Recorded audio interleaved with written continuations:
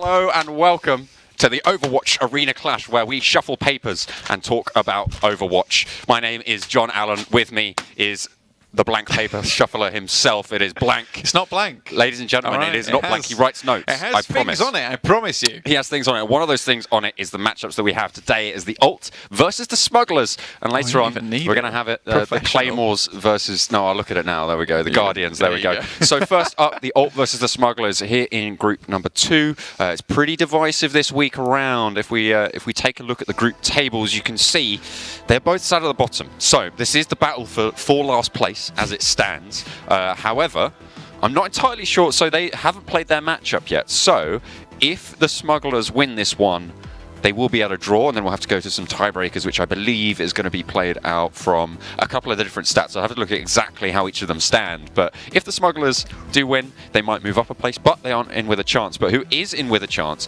of going through is the Guardians and the Claymores. Now, interesting fact around these ones, Blank. I'll give you a chance to talk in a minute. I know I've been babbling on. But the Claymores beat the Kestrels. So if they win this matchup, they go through in first seed in the group. But if they lose, they don't go through at all. And the Guardians take that second seed. Absolutely. Now, as we all know, you might not know, but over here at the desk we do. We definitely The Guardians were the finalists last year. They didn't get it all the way. They didn't make it. Unfortunately, Centurions were still fairly strong back then. They have been knocked out now. Unfortunately, Centurions won't be going through a group stage. It will be the first time that that's not happening. So certainly in a long while. Yeah, I think season... They're still practicing though. I need to double check on season 1, but I'm not entirely sure on that. But yeah, in a very, very long time, there were 3-time back-to-back winners of the Arena Clash, with the roster being disbanded into this season. But yeah, there's going to be open season really moving forwards out of groups. It is, yeah. So who's going to be hunting the ducks? That is the question. The Kestrels in this situation probably have a good chance of it. If they can move out of the way of the buckshot quick enough. Exactly. It is the Guardians, though, versus the Claymores here. Claymores having a good run so far. They've been having a good time. But yeah, hopefully the Guardians can show up as they did last season. You don't use buckshot to hunt birds, by the way. Use what's called birdshot. It's smaller pellets. Buckshot is a little bit bigger because obviously you're taking use buckshot. Totally anyway, overkill. Moving away from that, we're going to be going over into the ult versus the smugglers. So if we take a look at the teams, at the rosters for the ult, we have Lemmy Batman. Lemmy Batman. Hot Heaven, 97. Oh, nice little rhyme there. Razazzle, Aqua, Taru, and Kez. Taro, bro. It's Taro. Taro. Yeah. And then on smugglers, you've got Cavanope, Debuskin, Sodarife, Rexy2K, Quantum Delta, is not quite Quantum from the T-side team, but Raccoon and Roberto. Those Steelers doing pretty well this time. Yeah, the smugglers, you mean? That's the smugglers. Yeah, I know it is, but Quantum from the Steelers. Oh, right, okay, I get it, yes. He's not quite another Quantum. team to be looking out for moving forwards. Of course, a couple of these teams are confirmed to be going through. I haven't got the full list right in front of me, but during the break between the two matches, I'll have a quick look and scribble down some things on, I don't know, somewhere, probably on the camera. Beyond, around here area. On one of these multiple auto cues that we have in this very luxurious setup going on. But it's, so the first match of the day, not super important, but it's a little bit of pride on the line. How dare you? This is a very important game for the ult. They've been calling out the smugglers all day. They're all over Twitter at the moment. We've got some pretty funny images coming through. I wish we could show them to you, but unfortunately we'll be going straight into Route 66. No messing whatsoever. There you go. You've got ult on the left side and smugglers on the right. Assembling the heroes for the time being. Just going to quickly switch on to a couple of things. Ult seem to have already picked their team comp almost immediately. No That's messing. Fair enough. Absolutely. This is, to be fair, I would be happy with this. I wouldn't change much. Lemmy Batman on the Moira. Maybe could be switched off here for something like a Lucio. I probably would prefer that just to keep the Zenyatta safe here, John. Brigida can protect the Zenyatta, but obviously there's not a lot of movement potential. So smugglers, if they do choose to play a dive-centric composition, and you do see ult hold on the high ground, as you can see them holding over on Big Earls this side. If that is dived upon, they're going to have a very difficult time disengaging. However, what I do like from the ult is they're running Cares. Cares on Hanzo. I think that's one big thing to look out for. Smugglers, obviously, they're just chilling. They've picked some random stuff over there. I ain't even going to talk about it, okay, until you they switch roll off. out. There we go. So now we do have the Winston, we've got the Diva, and this is where Hanzo becomes more and more important because he can just completely rip these tanks to shreds. Now, they will be coming straight up topside. It's going to be very, very slow. There's not going to be too much happening until they do jump onto the big Earl's side. Alexi 2K will be staging himself. Hopefully Roberto will be coming behind with the Diva Matrix to block that Storm Arrow, keep him alive for a little bit longer. Quantum Delta playing a bit of the damage. Not quite finding anything yet. Hot Heaven, though, will have that counter-dive presence, and already with Mercy going down, it's just going to make that attack a little bit difficult to go for. Kez, though, zoned away, and actually Taru as well falling. Now trading relatively evenly, and the D-Mech comes out. Reinhardt just swinging that hammer. 42% on that Earth Shatter. Could have built up a little bit more, but they are going to be dissuading this push for now, although they are displaced from the high grounds. Tracer and Farah still in operation, as this cart has been unimpeded so far. Zaya finally turning her attention up to the skies, was a little bit too late, as there's Tracer to finish off the kill, and no bubble. It's going to mean that Zoya's going to go down. Can't get to the Mega in time. The heal block onto the Rhine, and Quantum Delta able to take it down with a Farah now. Hanzo and the Zenyatta trying to come on in, but it's a little bit too late. They have to fade away. Fade away they will. And this is exactly what I was talking about here, John. There's no disengage potential without the Lucio. You got Lemmy Batman, sure, he can do some damage towards the fire in the skies, but Kez drops down. He finds the pick onto the Mercy, sure, but once he's taken out after that, because there's no one there to speed him back up onto the top side, there's no one to keep the Zenyatta safe, there's no boots there available for the Winston.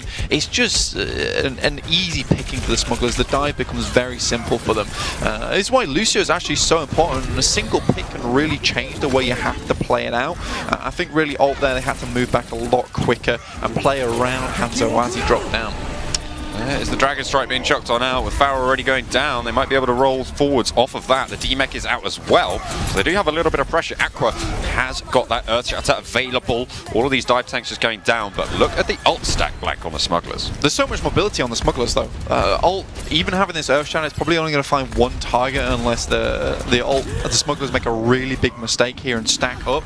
Obviously playing Farah, we're not quite making it over the top there. Obviously playing Farah and the Tracer means there's going to be so much down in the back line. I think they got blocked! Oh, the Shatter is out, and then Nano Boost is there to counter it. Pulse Bomb and Rocket Barrage both invested, and it's a 1-for-3 trade, and they're just going to roll it on through blank. There is the Zarya going down. The Rez is out onto Quantum Delta, but the rest of the team, they're going to go down yet again as well, and Rexy having a bit of fun there. That was a really quick reaction from Rexy. I'm not sure if the bubble blocked everything, though Solar Rifle was still standing as it came through, so maybe just a little bit late on the draw that he got knocked down, but everyone else was nice and safe behind him. Taro is going to have the ultimate. Not going to really mean too much here because there's going to be so much displacement coming out from both these tank ultimates. Even if they do get off a good Transcendence, won't mean much. There's the arrows though from the side. Storm Arrow's out, as is the Dragon Strike as well. 2 for 2 so far. They still have Kez on that DPS, still trying to go for those shots into the sky, but there's a Mercy, there's a Farah there, and it's so hard to hit those arrows when you're under duress, but luckily the rest of the team is there to back them up beautifully. Aqua swings on through, and they are able to complete the hold. What's really good though is Quantum Delta versus his team comp, especially when Kez is down off the back of that fight, is he can just stay here and continue to just poke the ult down. There's not much they can do versus them. Cavanaugh's pretty safe. He has the recall available. Obviously, he had to use it early there, so he played a little bit more safe. But Quantum Delta already up towards that barrage now, with also the Pulse Bomb available, which is going to burn absolute havoc in the backline. Ooh, he's trying to go for it. Transcendence is popped nonetheless. The stick wasn't quite there, but he's straight on it anyway. There's the Rocket Barrage being laid down, but Kez, he's already got the D-Mech and the Tracer as well. Without that Diva, they are going to have a little bit less pressure. Just the Winston to go forwards. They have invested that Primal Rage, but it is going to time out pretty soon. They have managed to take down the Brigitte, but Kez holding this high ground makes this hold all the more easy. Quantum Delta getting taken pretty low, but there is a Mercy pocket. That's what we like to see. They're going to get away with it. You got to give credit to Taro there. A solid positioning for him to have a very easy escape route behind the Reinhardt up into point C. He escapes the Pulse Bomb, escapes the barrage, and that's really what they were looking for. He comes back out again. It's so easy for Kez to pick up the kills with the Discord Orb still online. And Hot Heaven doing a much better job to keep his team nice and safe here. The Brigitte playing a bit more of this intermediary target in between the tanks and the DPS. Reinhardt now, swap coming out for the smugglers. They're looking to drop down behind. They're looking to go for the pressure forwards. There's the shatter. It's blocked out. It's completely negated. The Dragon Strike is there, but Quantum Delta is going to see Kez away in the insides there near the pool house. And there's the Reinhardt on Reinhardt going Duke for Duke, and Aqua is going to go down. Rexy wreaking havoc, has got the nano boost invested on top of him as well, and they're just going to continue to build it on up. They move it forward. Smugglers with a nice swap onto those heavy tanks. I think Aqua actually might have got another shatter there. I don't know. He's on 8%. I'm sure he'd only just used it. But Kez and Razazel, these are going to be big ones. I'm not sure if they'll get the contest through. They're coming out now.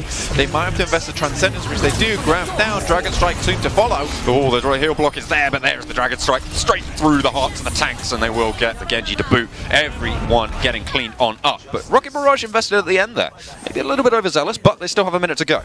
I think they wanted to get through the Rocket Barrage there, just to clean up. He might switch on to something else. The Lucio you do see come out. Debusking still on the Mercy for the time being. Cavano switches over to the Genji. So they've got much more of this very tanky, much more consistent healing coming out from them. Cavano will hold on to the Dragon Blade, and as Taro's only just used Transcendence, obviously the smugglers, they're just going to hold here for as long as possible. They don't want to give any more charge over to Taro, which could completely negate this. Oh my god, that's such a nice shot from Kez. He's doing absolutely magnificently so far, just shutting down these pushes before they can even start. Dragon Strike comes through, and this is just giving all the time that Taro needs to work up towards this next Transcendence to counter, to mitigate this Dragon Blade. Kez coming up absolutely huge on this Hanzo. As you say, getting these picks before the fight starts. They've only got 8 seconds. They need to push so fast to this payload. They have the Dragon Strike. He might even need to burn it just to touch. Oh my god! They're moving it forward. The Reinhardt's not there. They're not even going to be able to touch.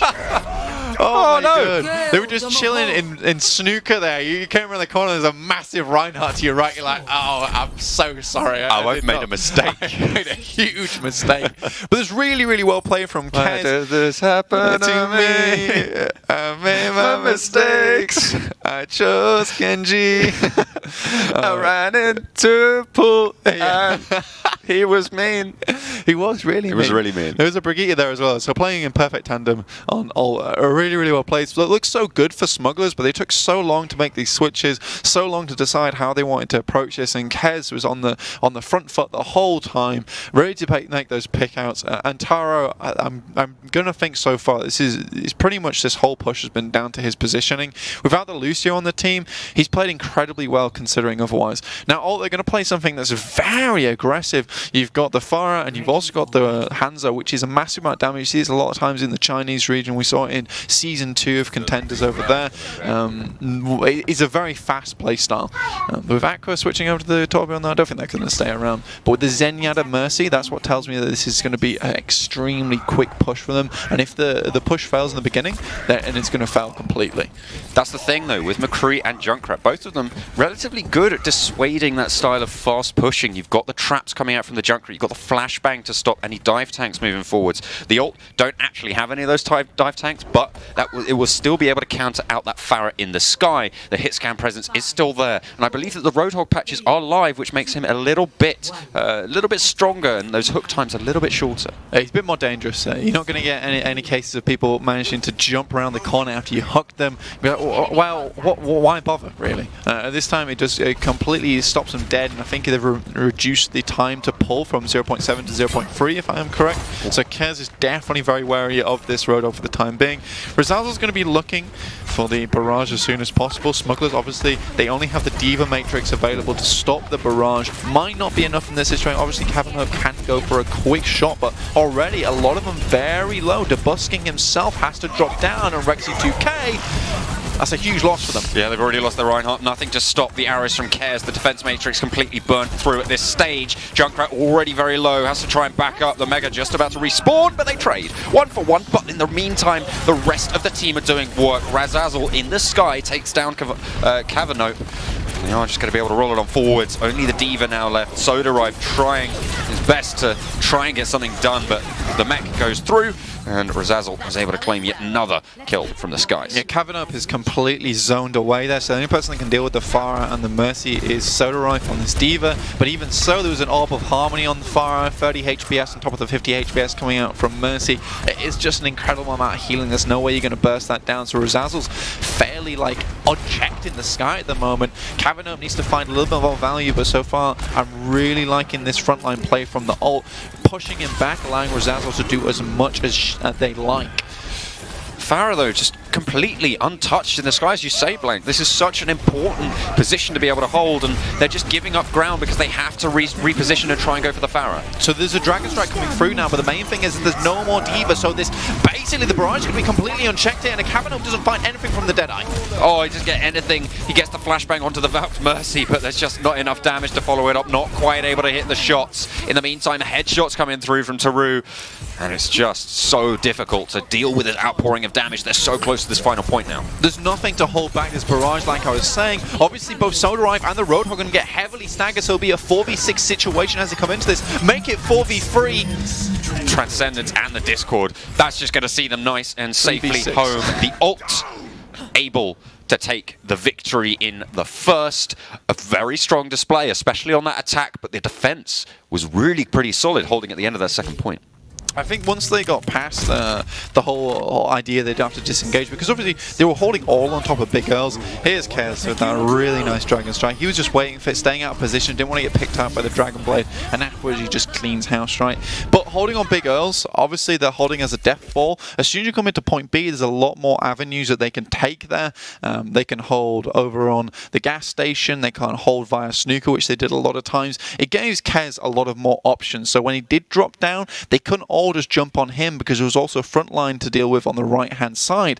So very, very well played from then. I love the way the ult was playing, very reminiscent of Chinese esports, like I was saying. It's so fast, so enjoyable to watch. So it's just unfortunate Smugglers so far. I think their decision making has been a little bit slow. The counter picks haven't been quite there, and I think they can just play just play a little bit slower in that situation. Sure, nothing has to go too fast. They absolutely needed to hold on to Kavanagh's Dragon Blade, and they just weren't able to make anything out of it. They were just stuck in the choke. Yeah, it was pretty difficult. But the next map we're going to be heading over onto is going to be Busan. After that, of course, we have Temple of Anubis and Eichenwald. You know, we're going to be going to... We're going to be playing all of those 4 maps now. If there has to be a decider, it will be on Ilios. We have to get there first. We have to make our way all the way through. But I've been handed a note about all the other groups as well. Group 1 decided who's going through, the Hunters and the Invincibles. Group 2, obviously, we're going to be waiting to see who's going to be able to get that one later on today. The Pirates and the Steelers in Group 3. They're both playing for first seed because they haven't played each other yet. And they're both 3-0 at the moment. 4 games in each group. That's how it goes. A nice little pat on the back there. Group 4, it is the Spartans definitely going through, but both the Harriers and the Saints are playing for that second seed. So it all remains to be seen over there as well. So Group 2 and Group 4 are your super happy fun time excitement groups, and Group 1 and Group 3 are your solid, your dependable groups that are just playing for that first and second seed swapperoo. Yeah. Anyway, back into Busan, lovely Korean map here. They're going to be playing... I'm enjoying what I'm seeing here because they've moved Hot Heaven over to the Lucio and they've got Taro on the Zenyatta. This just says to me is that Discord Orb is going to be always online. He's going to be nice and safe as long as he plays it right. Smuggler's going to have a hard time getting close, but they are playing this floats composition. Oh no, they're not. I'm looking at the wrong team. I'm not seeing Azari on the side of the Smugglers. But Kez immediately getting taken down early by Sodarife. It'll be 5v6 now, John. A little bit overzealous, staying on that rooftop, very, very open. And they are going to trade it over onto Rexy, so a very decent trade there. Aqua trying to chase down this D.Va as well, following up on Razazel. They're looking for the D-Mech, not quite able to get through and get the kill for the trade on the D.Va, but Taru is going to fall down nonetheless. Over onto the point now as already the Smugglers have actually managed to get the cap, but Aqua is still in the mix, still on those sidelines, and it's now the turn of the Smugglers to start to chime into the fight. Kez is back in the fray, but his Aqua has already fallen down. Cavano just trying to hold on to this point for the rest of his team with Rexy 2K in the mix as well. They're just going to see the Zarya off the edge, and they're going to hold on to this cap. They already have that 20% as well. I mean, Razazel was trying to catch the Busan train as it came by, but unfortunately it was not there. It was the paint train. No, so it was the paint train instead. It just falls to it down. It's 80% towards this Graviton. They've been heavily relying upon the Graviton Dragon Strike so far, but Quantum Delta is going to have the barrage. Cavano with the Pulse Bomb, but so far, from what we saw on Route 66, hasn't been as effective as we would have liked. Ooh, some lovely rockets coming out from Quantum Delta, using that concussion rocket as well. It's a great effect, but Kez, Storm Arrows, a little bit stronger. Has that rocket barrage up, but it's going to go down nonetheless. Kez with those Storm Arrows is absolutely brutal. Cavano now last standing. Look at the kill feed. They're all red arrows. What's going on, Kez? Hang on a minute. He's turning it up. The ult. They've got themselves a star. Kez paints all his arrows red, I'll have you know. Smugglers. It's like the playing cards in Alice in Wonderland. We're painting the arrows red. We're painting the arrows red. That's exactly what Kez does. He's having a great time. Not a mad hat whatsoever. This man has got a clear head on today. Now, the Trace is coming around the backside, and like I said, the Pulse Bomb not been as effective before, but he has found himself caught out away from his team. There is no armor pack coming through. Again, another 5v6 situation for the ult. They have to make it work. Taro needs to stay with Hot Heaven, but there is a sound barrier. Now it's 4v6. You got to think to yourself, ult are just going to reset. They lose out on that Graviton Surge as well. There's a 6 stack for the ult, but the cap is coming through, and there's plenty of ults as well for the Smugglers. This is going to be one brutal fight in the next, because there's just everybody has it, except for Roberto. What are you doing? Come on. Pick up the pace. The main thing here is you've got a very aggressive support composition coming up from Sodarive and Tabuskin, both playing Mercy and Ana. Sure, this gives you a lot of damage in the front, in the mid game and the end game, but you're gonna have that res, so you have nothing to counter the Dragon Strike. I mean, Transcendence is out, and it completely negates the rocket barrage. A lot of ults already invested for the Smugglers, but there's still a lot to go for the ult. Both support, all 3 support ults invested into the start of the fight. But with Kez going down, they don't have the Dragon Strike combo. Razazel looking to maybe try and find something off the back of it, but the heal block on the Reinhardt is absolutely huge. They need to try and make sure that that pocket is through. Rexy is in with the Primal Rage, able to get Tauru, but they are just rolling it through. Aqua swinging the hammer with brutal efficiency. Has invested the Earth Shatter as well. They're looking to go for the hold, but finally, Rexy, Sodarive, and Quantum Delta, they're able to come through for their team, and 64% is where it's going to get flipped back to the Smugglers. The past 2 fights here, Kez has found himself out of position, away from his team. He's played with them a little bit more. This is something I've noticed with Taro as well, is that he plays away from his Lucio, or Lucio is going far too aggressive, so they're not reaping the benefits of having that speed boost. They still remain to have that Graviton, the Dragon Strike, but there is a barrage available. Taro going down, over support going down, but there is still Hot Heaven in this. There is potential for a retake, 94%. It has to happen now. There's a Graviton. It's going to come through. Quantum Delta is caught up into the mix. Kez now is going to start to rain through with those arrows. They still have the Reinhardt, still have Razazel on relatively high charge, trying to stop the res, but it comes out. Busking, able to get it into the middle of the fight. Quantum Delta back into the skies. The Smugglers starting to be able to hold now. They're starting to clear these players off as overtime ticks away. The ult need to remount their push. Brigitte able to hold up the shield and keep that Pulse Bomb from doing anything into the fight, but the aerial threat from the Pharaoh is just too much. That self-destruct will push everyone onto the point. Kez not going to last too long there under the cosh from the Pharaoh, but it's the Wrecking Ball trying to hold onto it. Overtime ticks away. Smugglers get the first here on Busan. Pretty decent hold, but they had some slip-ups. They did have some slip-ups, absolutely. Smugglers did a good job, though. Unfortunately, really, that competition never won against what our ult was playing. The set plays were just never really played upon. You never saw that Graviton Dragon Strike combo come out properly.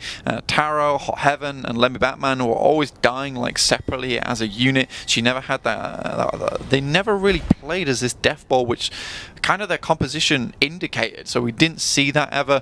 Really though, Aqua and Razazel been playing fairly well. I think it's more down on Kez here and Hot Heaven splitting away from the team, so they don't find as much value. Now Lemmy Batman will switch over to the Lucio, Hot Heaven now on the Brigitte, so they're switching it up a little bit. Smuggler's going to keep similar composition. This time they'll have the Lucio, so they do have a sound barrier now for that Graviton should it come out. So even if they do get the set play right, there will be a counter coming out from the Smugglers. They're all going for this high ground on that right side of the point, as we look at it, certainly from the ult perspective, but they're pushing it forwards. Kez on that McCree trying to hit those shots onto Quantum Delta, but finding little success at the moment. The flank is out. There's no counter now to that Pharaoh, only the Zenyatta really reaching with those orbs, but just able to reposition, get to safety. Quantum Delta with those rockets. Again, just dealing so much damage. No one there to deal with it. They're just going to zone them away yet again. A beautiful first take for the Smugglers. Yeah, Kez makes a proactive switch over to this McCree now, so hoping to find the kills on the Quantum Delta, but what I've been really impressed with so far is Quantum Delta's mobility. The way he moves around on this fire is really impressive. You saw the use of that concussion rocket just make his way around and then back out again after he found a quick pick. Cavano's found himself in a bit of a tough situation though, with no recall, but he is one fast boy, so he's going to make it out of that. Aqua takes a hit, and there's the Shatter on top. Shatter layer down on top, Quantum Delta with the rockets through the choke, but it's being blocked up at the moment by Razazel. He's going to go for the trade. Brigitte for Reinhardt. Pretty decent. The sound barrier to start to see them through. The Shatter's out for Aqua, only going to find one, but the rocket barrage straight down onto the choke. Already going to find two. Kez able to get the retribution kill, but they've lost most of their troops and they're going to have to fall back. Quantum Delta has been a massive linchpin to this team so far. A lot of these barrages aggressively winning the fight. I mean, you lose too, but they find free picks with barrage. It's really, really tough here. I wouldn't be surprised if Razazel uses this Graviton, that they switch over to something with a Diva involved to really try and counter Quantum Delta a little bit more, which is why the Graviton is being used so early here. And there we go, the sound barrier to try and cancel it out, but Razazel is on super high charge. The counter grab comes through. Roberto able to lay down the hurt, and it's the charge coming through from Rexy, actually finding the 2K with the hammer for the third. Kez, he has the Deadeye. Actually, Razazel switches over to the far here. Hot Heaven on Mercy. Now, let's see what Tara switches over to. Nothing as of yet. So they will only be running one main tank here. Which might be making things a little bit more difficult for the backline. But Razazel already finding value from this switch to Farah. And Kez finally finds the kill onto his arch nemesis, Cavano. They figured it out. They're going over onto Quantum Delta, and finally Kez is starting to land those shots onto the Farah. The stun, it can come out onto Rexy, but they don't need to invest it. Nicely done. Flashback straight to the floor. That was spicy, yeah. Absolutely. The charge comes out and immediately Kez has been waiting for it. He knows he gets ready with the flashbang, but 97% for the Smugglers. It's going to be tough for the ult to hold on to this. Sure, they're going to have 3%. I'm not sure if that's enough time to get back on the point, but you need about 7 even to make it back there. Now, Kez, he has the Deadeye. Smugglers will be coming back out. No barrage as of yet, so his Deadeye's going to be pretty potent if Quantum Delta does find himself out of the way. But Aqua already finding this kill, so they're going to go extremely aggressive here. This will the back, but the shield breaks. Oh dear, they are going to go down. Not too sure what happened there. He just dropped the shield. Unfortunately, they were able to get their Deadeye through, so that's going to give them a little bit more time for only the cost of one ultimate. The timing on that, I mean, Kez showed off his reflexes there before on the point with the flashbang onto the charge, but that's a new level of reflex, right? Roberto does have the Graviton. There is a barrage available, but he uses it early. It's a quad kill. Oh, it's straight over onto the point. They're going to try and mount their offensive. They still have Razazel up in the sky, and the Reinhardt's relatively low. There's a barrage available. He might be able to just go for it. Instead, he's going to drop it down. Reinhardt falls down. There's a Primal Rage down as well. He's shaking. He's like, oh, I've got one. I've got a kill, guys. Come on, let's go. The flip comes through, however, and they have to try and remount this defense, but only the Winston is there. They have the backup going through. A beautiful grab. Transcendence is layered down on top to try and keep them nice and healthy. The sound barrier as well. All the support ultimates coming out to play, and it is going to be the Xayah trying to stay alive onto the point. The Mercy goes down. This is a beautiful retake coming in from the ult. If they can make it happen. Oh, the flashbang gets cancelled by... Oh, he cancels the Earth Shatter with the flashbang. Kez, what an absolute madman on this McCree. They're going to go for the retake. So many things had to happen correctly here for the ult to retake this. First of all, Rexy 2K absolutely has to go down for this barrage, then they come back in. The Transcendence is available for the Graviton, and they understand during that short moment they had to get on top of Razazel's body so that the Transcendence could protect the Resurrect as it came out. A really impressive display coming out from the ult so far. Smugglers want to get back onto this one, but they will have this Dragon Blade. On top of the Valkyrie, that's all the healing it needs to make its way in, so Cavano cannot go down early here. They're going hard dive. This is last fight territory blank, and already Kez is able to get one. Razazel follows it up for a second. They cancel the res coming out as well. The ult are holding so strong right now. They're doing really, really well to keep going. 95% and ticking away. Who needs more than one tank, I ask you, Blank? Who needs more than one tank? You just need one hairy monkey. That's all you need here. It does not matter. I thought they were going to switch out over the D.Va, but it seems that the more pressure they put on the smugglers, the harder they are finding it. There is a barrage available. Will we see 2 retakes in one game? Oh dear, the barrage. Not quite getting the kill, but it is going to be Aqua to get it done. The Wrecking Ball trying to swing around. They have the Mercy on the pocket as well. There's a Primal Rage available for Aqua, but they're just going to use that Tesla Cannon. Genji goes down. Wrecking Ball very low. Is going to survive for a little bit longer, but Kez still has control of the high ground. Almost up to another Deadeye. Quantum Delta just moving forwards, trying to get the toe in, but overtime is just too fast. There's a massive amount of pocket coming out from the ult right now. You've got the Mercy, you've got Zenyatta here as well as on Taro. It's very difficult to push through this, especially when there's not really anyone you can go for, because Kez is easily disengaged and engaged into fights with Lemmy Batman using that speed boost. Hot Heaven can very happily keep Razazel alive, and if they ever want to put pressure on Kez or Razazel, either Taro and Hot Heaven can switch immediately over and put both of them, give them that 80 HPS pocket, and that's just very hard to push through. Now, they're all going to continue to run this composition here. It's very interesting to me. Hot Heaven, bring the Mercy back in here. And with the new buffs, Valkyrie increases the ult charge that it has, also 60 HPS now whilst it's engaged. I'm loving what I'm seeing here so far, John.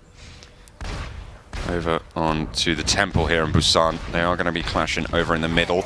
Both teams back onto the Pharah, but Kavanope on this soldier.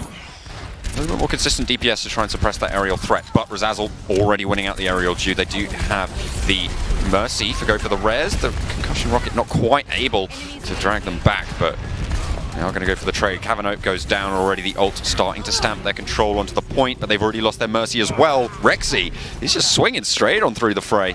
He's making it work for his team up in the sidelines, and they can transition down into the point. Kez falls to the Flame Strike, and again, the main tank comes up big. Yeah, Rexy 2K definitely banging the drum here as he pushes ult off the point, basically all by himself. Comes up huge in a big way. Now, they will switch Aqua over to the Reinhardt, understanding they need that shield, so when Kavanaugh does start to pound the bullets, and it will only smack against his shield here.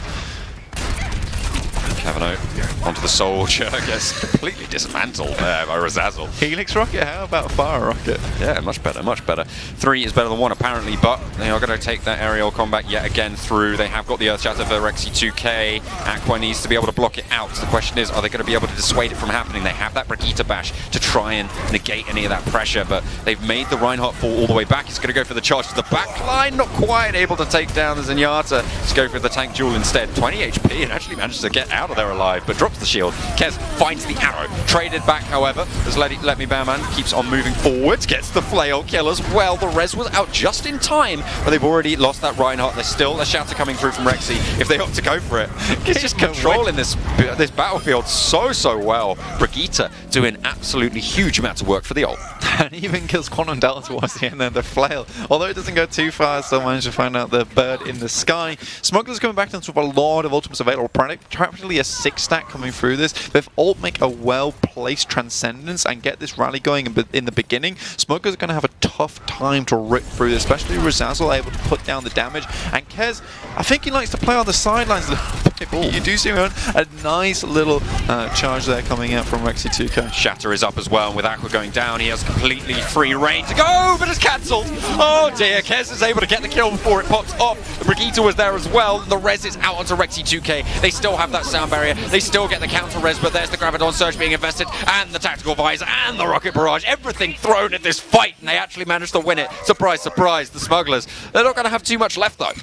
I think the main problem we're seeing so far is that debusking has been given so much space at the moment, and despite the ult being on the point for so very long, they're only on 27% to this 80% as they were fighting. Kez does find that nice first pick. There is not a resurrect. I think it's on about a 15-second cooldown here. Oh, there it goes. They do get it again. Yeah, debusking is just given so much space, but Razazel finally punishes that positioning. The Mercy is going to go down. Razazel in the sidelines trying to finish out Quantum Delta, trying to find that one out. The rest of the team now grouping towards the back of the point. They're trying to build up that ultimate. Rexy 2K pretty close to another Earth Shatter. If he's able to get a couple more swings on, might come up big, but he's going to go down just before, but not before overtime starts to tick away. This is going to mean that they have to keep a hold here, Blank. They have to make sure that they hold strong. The main problem the Smugglers have had so far as we've watched these games is that their ult economy is a little bit shoddy at times. Obviously, they just literally used everything to get that retake earlier on, so the ult economy is looking pretty bad. Cavanagh does make the switch over the McCree to put a bit more pressure on that fire in the sky, as well as being able to stun Aqua and Lemmy Batman should they come a little bit too far forward. Rexy 2K, he does have that Earthshare, and so many times it has been cancelled. He needs to place himself in a better position here, play around his support so they can give him space to make that good Earthshatter. I've not seen this positioning before, but it's pretty cheeky. There is a Dragon Strike available now, and with the very predictable positioning coming out from the Smugglers, it could be huge. Oh, there's the Rocket Barrage. It is cancelled. A 1-for-1 trade now onto the DPS. Maybe a little bit more reservoir for one of them, but there's the Earth Shatter. It's cancelled. He's dead. Oh dear, Rexy really not having any luck with these Earth Shatters coming out on the Reinhardt, but Aqua just holding strong with his, still maintaining that Earth Shatter as well. The sound barrier actually invested for the Smugglers. They've already lost quite a few players, but they're trying to make it work. They're trying to transition to the point. They're really staggering themselves now with Roberto going down with that Gravidon Surge. They're really going to struggle. Earth Shatter is available for Aqua. They need to try and time the shield bash. You can see them grouping up. They're trying to move forwards, but the shield drops. He takes the chance and makes it work. They've managed to shatter straight on through the team, and the rest of the damage is going to be dealt on out. There's the Gravidon Surge. Kez says the Dragon Strike towards the point to keep people safe, but the triple kill. Quantum Delta coming in with the quad as well on the Rocket Barrage. The turnarounds coming left and right. The Smugglers now in with a chance of holding. They have the Mercy, but the rollout is there from Soda Rife as well to come and back them up. Kez on the point. The flip might come through. Razazzle goes down in the meantime, and the Flame Strike is out. The Smugglers turn the point. Quantum Delta able to make it happen, and the Smugglers are going to be able to take home Busan. A massive 4K coming out from the Smugglers here, and they will take Busan. Huge plays coming out from Quantum Delta towards the end. Hello. You sneaky production. Boy, yeah. We are back. My name is John Allen. With me is Blank. We were nearly caught doing some dancing live on stream, but we're just a little bit too wily for you there, we're Jake. Too quick. Just too quick. You can't stop us. We are going to be back in with the series between the Ult and the Smugglers. It's 1-1 at the moment, so it's all to play for. They're playing for the glory, really. There's no chance of getting through to those playoffs, but they are going to be in with a chance of maintaining that pride and a little bit of ladder up going on. Yeah, the players had to go for a quick run around the block to move off some of that adrenaline they had pumped up there. I know they basically just said that they just went for a massive sprint, a little bit of a marathon there, but they are back now. They're ready to go. Obviously, they've not used their arms when sprinting, so they're limbered up. They're ready to go. Proper Naruto stuff going on. They're just they're Naruto running in. But we're going to Naruto run over to Temple of Anubis pretty soon. Once the players are loaded in, because that is going to be the next map. After that will be Eichenwald in this it's a format series. Here we go. Straight on in with the ninjas, but we are going to be over onto Temple of Anubis, as I said. If it does go to a 2-2, we will be heading over to Ilios for the tiebreaker. Yeah, and if there are any sneaky draws here, we will play them out on Oasis, but should that happen, we'll let you know. Hopefully it doesn't. We don't like draws here. No, not at all. No. It's like, why, like, whenever I'm playing solo queue, I get a draw, and I'm like, why have I played it for 20 minutes? If there is a draw... Yes. Here. Yes. Then okay, it's fine. Then the last map is the decider. I was just having a think, about how a draw would function within the context of it. But if they draw here, then Eichenwald would be the decider. No. If a draw happens here, they would play Oasis to decide the map win. To decide the map win. Of course. Do you know this happens every single time that there could be a draw? I explain it to you every time as well, and you're still like, I don't get it. I just don't understand. It doesn't make any sense. I just don't understand. Don't know what's going on. That's a nice Romeo impression. Oh, thank you. No worries. I've been not working on it at all. Have you not? No. Well, both these teams, they've definitely been working on their team comps, as you can see here. Smugglers, they're running the Genji and the Pharah here with a Mercy to pocket. They've also got these dive tanks available, so it's going to be a really tough time here. Razazzle are probably going to be playing more of a front-line Doomfist here rather than going for the back line, but they all are immediately jumping the stairs towards Mega. It will be one of the players getting caught out. It is Cavanagh. He does have the deflect available. Razazzle not getting back up to his perch quite quick enough. Aqua really making the move round, but 64% towards it. Earthshadow could be huge. Discord on the blind, and he's down. Quantum Delta caught out inside towards the mini, and Razazel with that rocket punch doing the work. And Winston not going to last too long up there with a Diva in your face. Only Mercy goes down, and that's a decent pick, but it's not decent enough, unfortunately. It's not bad. I mean, Lemmy Batman can quickly go back and pick her up using that Guardian Angel. Quantum Delta just in the background trying to get some damage through, but pretty poor considering he had that entire fight to go for it, and he's only on 43%. So a pretty good Lemmy Batman to pressure him. He's got that Diva Matrix going, making sure that those rockets don't find their way through. I think mainly that fight here is debusking. Now they're not giving her any space at all. Discord Orb is immediately applied whenever you're out in the open. Quantum over the top already. You do see immediately Lemmy Batman giving her pressure, giving her a hard time. Yeah, but there is the Earth Shatter, there's the Meteor Strike, as well as the Transcendence available for Taru. Quantum Delta just making it work. Oh, Meteor Strike not quite able to land 2 HP, and it managed to actually find a little bit of respite. Mercy there to pocket up the health, but in the meantime, 2 players have already gone down for the ult. Rexy 2k on the Winston, able to start it happening. Quantum Delta able to rain down the damage as well. Self-destruct sequence is there. It's a quadra kill for Lemmy Batman. Drops it in from the top, and from the top rope it will see a lot of damage, but apparently Sodarov just has that little bit of an edge going forwards. The Lucio able to clear the point. Now 3 members holding it for the time being. Cavanope and the Diva trying to get back as fast as possible. I'm not sure if they will get a contestant, and they are just all holding back on point B. Could have been huge. Lemmy Batman, he puts the work in. Unfortunately, he's going to go down to the bottom of that pit with a broken back for the time being. Have to climb his way back up. Yeah, he's going to scramble up those walls. Luckily, plenty of footholds here in Temple of Anubis as Cavanope just swift strikes out. Tauru going down with that Transcendence. So crucial. They can start to go forwards. They have got the Dragon Blade as well. They have a little bit of a limited time, and with the DMEC coming through, they haven't managed to capitalize on this window of opportunity, but in they go. They're moving back towards that back line yet again. The Transcendence is out. There is the sound barrier as well, and Quantum Delta already taking down that Moira. The charge onto Rexy 2k though removes that main tank. The self-destruct is out, and Kez is able to find Cavanope, and again they're just able to hold on for now, but Roberto's already moving on towards that mini Diva at the back. Aqua is just being under the cosh as well, but Razazel finally back into the fray. The rocket punch over onto Delta, and they are able to get the DMEC. The hold is there, and then there's going to be the ult securing at least a little bit of respite. I really like the position coming out from Aqua and Lemmy Batman at the moment. You saw Lemmy Batman move into the dark areas of Anubis there, trying to get some damage towards the next Diva mech. But as the pressure comes on in, immediately Aqua swings around the shield. Lemmy Batman ducks on through with the orb on top of him, keeping him nice and safe. So a really nice synergy coming out from Lemmy Batman on this Diva and Reinhardt, which you don't normally see.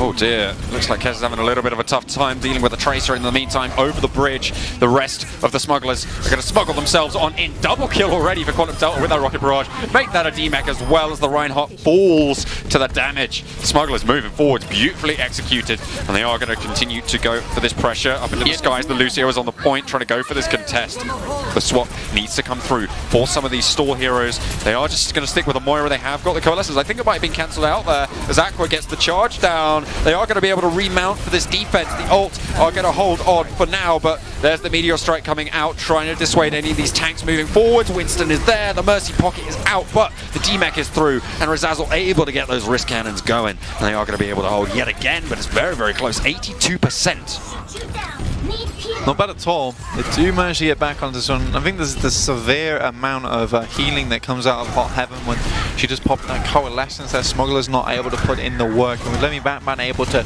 basically negate anything that Quantum Delta is doing in the sky. Like, you would expect him to get another barrage in that situation, but good Diva Matrix usage does prevent him from doing that. Kez now moves over to the Reaper, which is interesting, hoping to do some more damage to Rexy 2k, knowing he does have the Primal Rage available. Ooh, a little bit overzealous, but he had the Primal Rage, as you said. Kez, though, has already taken down Debusking. No reses, nothing coming on out. The Graviton, the Rocket Barrage isn't going to be able to find anything as well. No, the sound barrier was there. Wraith form isn't going to be able to come on out, but he's inside the bubble in the face of the Winston, able to get so much sustain going through, but when the rest of your team is down, there's only so much you can do. Lemmy Batman is going to get demeched. The Mini D.Va is on the point, trying to go for the hold. They're still moving forwards. The Smugglers starting to rack up the kills. Razazel doing his best on that Doomfist, but they are going to go for the trades. There's the Death Blossom available, has got... Oh, just going to solo use it over there onto the Mini D.Va, but the rest of his team has the time now to move on forwards. They were zoned away, and again, the hold comes out after what was a very good start, but they're going to go for the recontest. No, sound barrier is available, so is the Valkyrie not quite there yet, and they are going to get the kill over onto Debusking. Rexy pops that Primal Rage after losing 2 of the members. Both of the supports have already fallen, just has to send himself away. 2 minutes and 6 seconds left now. That is the second Primal Rage though, but it's wasted in this situation, right? It's probably best just to die there, have some discipline, hold on to it for the next time. But they've accrued some ultimates. Lemmy Batman actually didn't use the D.Va Bomb, had a lot of trust in his own teammates, and was like, I probably will need this D.Va Bomb for when they have some more ultimates available. I need that 600 HP remake. So I'm really impressed so far what I'm seeing from the ult. Taro, another sound barrier available, ready and waiting for that barrage when it does come through. That is what he's been using it for so far. Oh dear, okay, Razazel not quite finding what he's looking for. Already one rocket barrage kill. It's cancelled out by the defense matrix.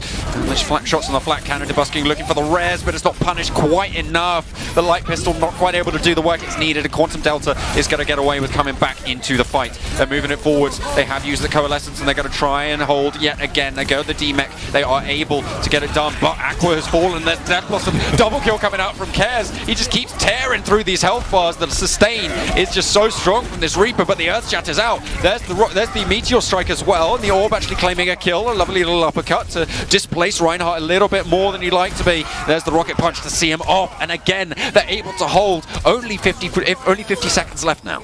There is so much time that they are investing to take down Kez here and Razazel. Lemmy Batman has played so very well so far because they put a lot of resources into him as well, but him holding onto the D.Va Bomb there meant that when the remake came through, there was way more time available to him for holding onto the point. Smugglers now have a really butchered ult economy. Debusking has to switch off the Lucio. No, he's not going to find too much value out of the out of the Mercy anymore. So Rife, really all it's looking for in this fight is for it to go on long like the other two have and get a nano boost onto this Reinhardt. Kez just has to fade away using that Wraith form, but they trade 1-for-1 onto the main tanks for now. Razazel able to take down the Busking. There's the stick going through the double kill with the Tracer Pulse Bomb, and it is going to get the D-Mech as well. They're trying to hold it on. There's the Mini D.Va not quite going down, and finally the Pulse Pistols find it. The heal block onto the Moira, but it is going to wear out, and it is going to be enough for them to keep moving forwards. Overtime is ticking away. The Tracer has to try and get up onto the point. The sound barrier is there, and they're moving forwards. They can't touch, and the hold is out. The ult able to hold on to the straws of victory. That was so close so many times, but they're able to make it work. It's a very funny comp that Ult's playing, and I think it was Bren who first initially dubbed it this, but that's very much a cactus comp. It's quite prickly. Don't come near it. It's going to sting. And you've got the Reaper there. You've got the Doomfist as well as pushing you back. It's definitely not a comp that you want to rush into. And something as well that we should mention is, of course, with these changes as well, Reaper has a little bit more sustain moving into the mix, I believe. I think I've read those patch notes somewhere. 30%, yeah. 30% more sustain, or 30% total more sustain. Lifestyle. That's off the damage. So 20%. It used to be 20%, and now it's 30%. But that's still a massive jump. It's huge. It's a whole 10% there. And you actually saw it during a lot of those fights that he was just keeping himself nice and topped up. Hot Heaven's got a little bit of a tunnel vision when it comes down to Coalescence there, letting Lemmy Batman die whilst he was in Baby D.Va form, in that pilot form there. Probably could have got a remake if she had given him a shower down quickly.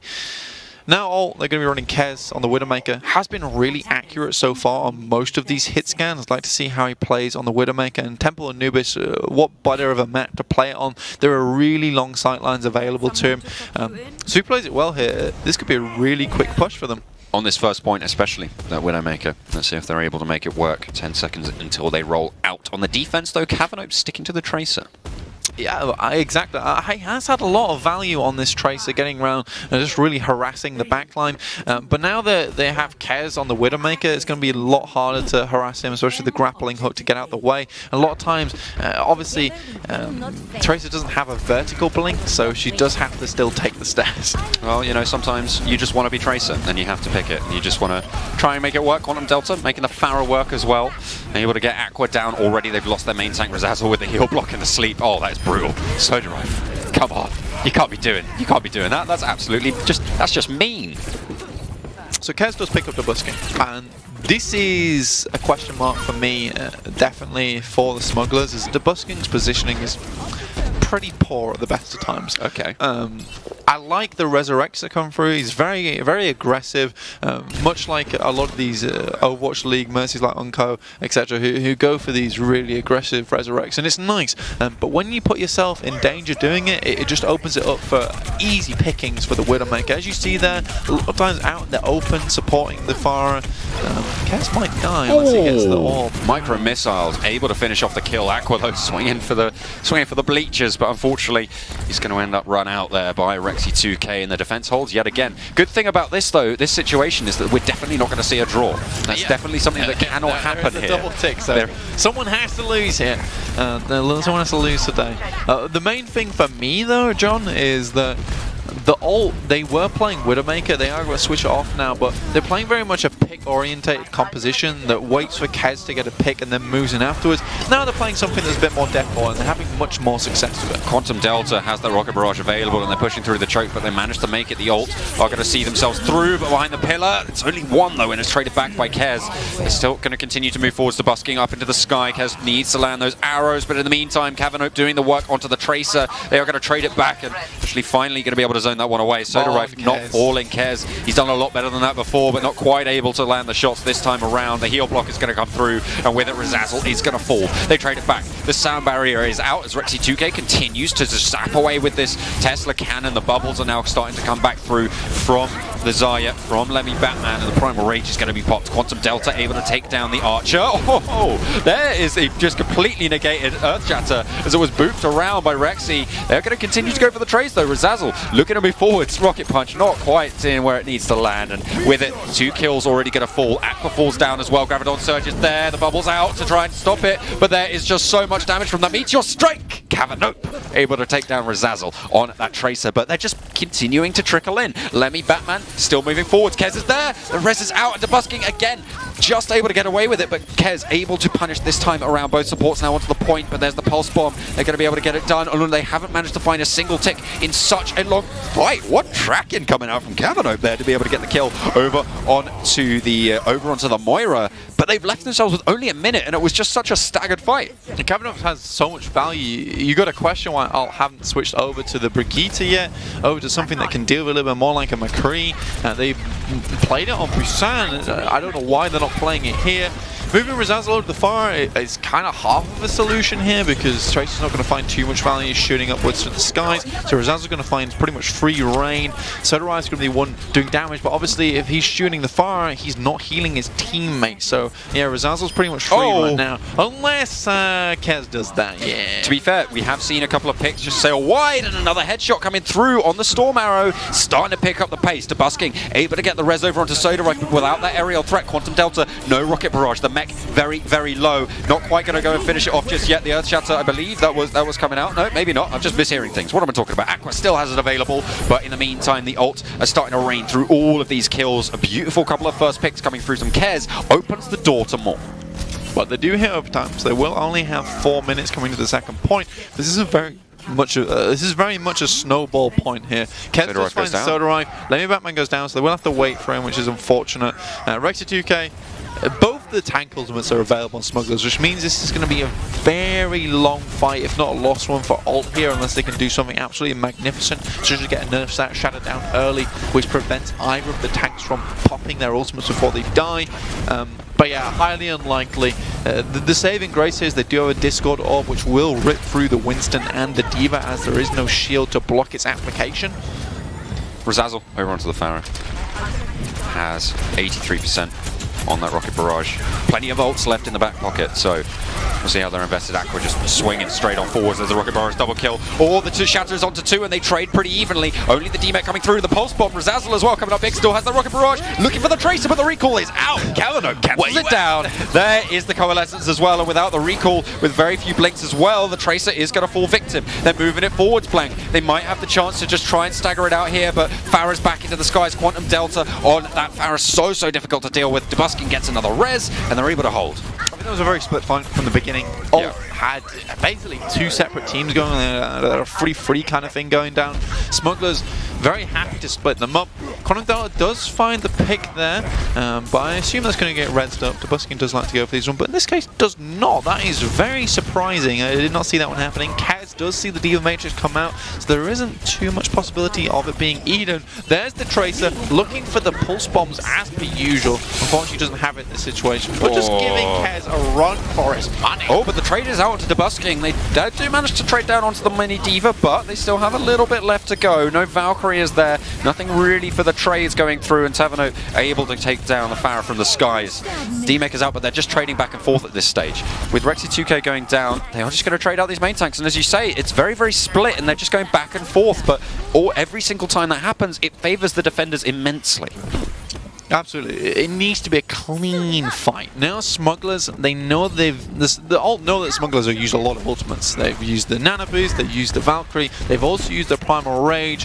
Roberto can't be too close, or at least that's what they think, towards the Diva Bomb. He is at 75%, but it's the Pulse Bomb which is the big question mark here. Sometimes it's been huge, other times very lackluster. Cavano has to make it work here, otherwise this free ultimate combo with the Dragon Strike, Earth Shatter and the Barrage are going to be devastating to this team that lacks really any defensible ultimate on the support side. Very deep from Rexy, gets punished as well. There's the Dragon Strike to zone them off the back right corner, and Quantum Delta goes down. Dubuskin looking for the res. Kez, you need to find it, but it's the Concussion Rocket to be able to get the block, and there's the Rocket Barrage being laid down on top. This is the clean fight that they were looking for. Rexy going very low, and Kez able to get the kill going down. There's the res coming out. They've managed to rack it all the way up, and they aren't able to hold. There we go. It is going to be the ult moving forwards, finally able to find a clean fight after the back of Rexy just going a little bit too deep there. Yeah, Rexy got taken down. The Primal Rage was in pocket, and that had to stay around. This is that 4K. Yeah. It looked cool. It didn't mean too much though. Yeah, they were able to drop it down. A lot of high grounds will be playing around there as well. Just launches it straight over the Rocket Barrage, straight up into the high ground, but goes down pretty early on. You can see Razzle just not quite able to finish out the Lucio as well with the Mercy pocket. Very strong plays coming out from a lot of these players, but when it came down to it, the ult just able to eke it out. Yeah, towards the end, I think they were waiting for a good fight. Most of the fights were either split or someone got picked off early and they continued through with it. I think that comes down to Aqua waiting for his team a lot of times because he made his way to point. The man knew what he wanted. He got that nice Earthshaker down onto the Diva after the bomb came out, and onto Soda Rife as well, as I believe. Unfortunately for the ult, most of the team were just still in the back, just trying to get the kills on some of the other players, which is interesting to say the least. And then when they finally came in as a death ball, and we saw that as well as with Kez switching from the Widowmaker to the Hanzo, playing within the team. I think this team plays best when it plays together, when it's split off into many different categories of, oh, you'll be the one looking for the picks, or you'll be the one pressuring the tank so I can find more damage here.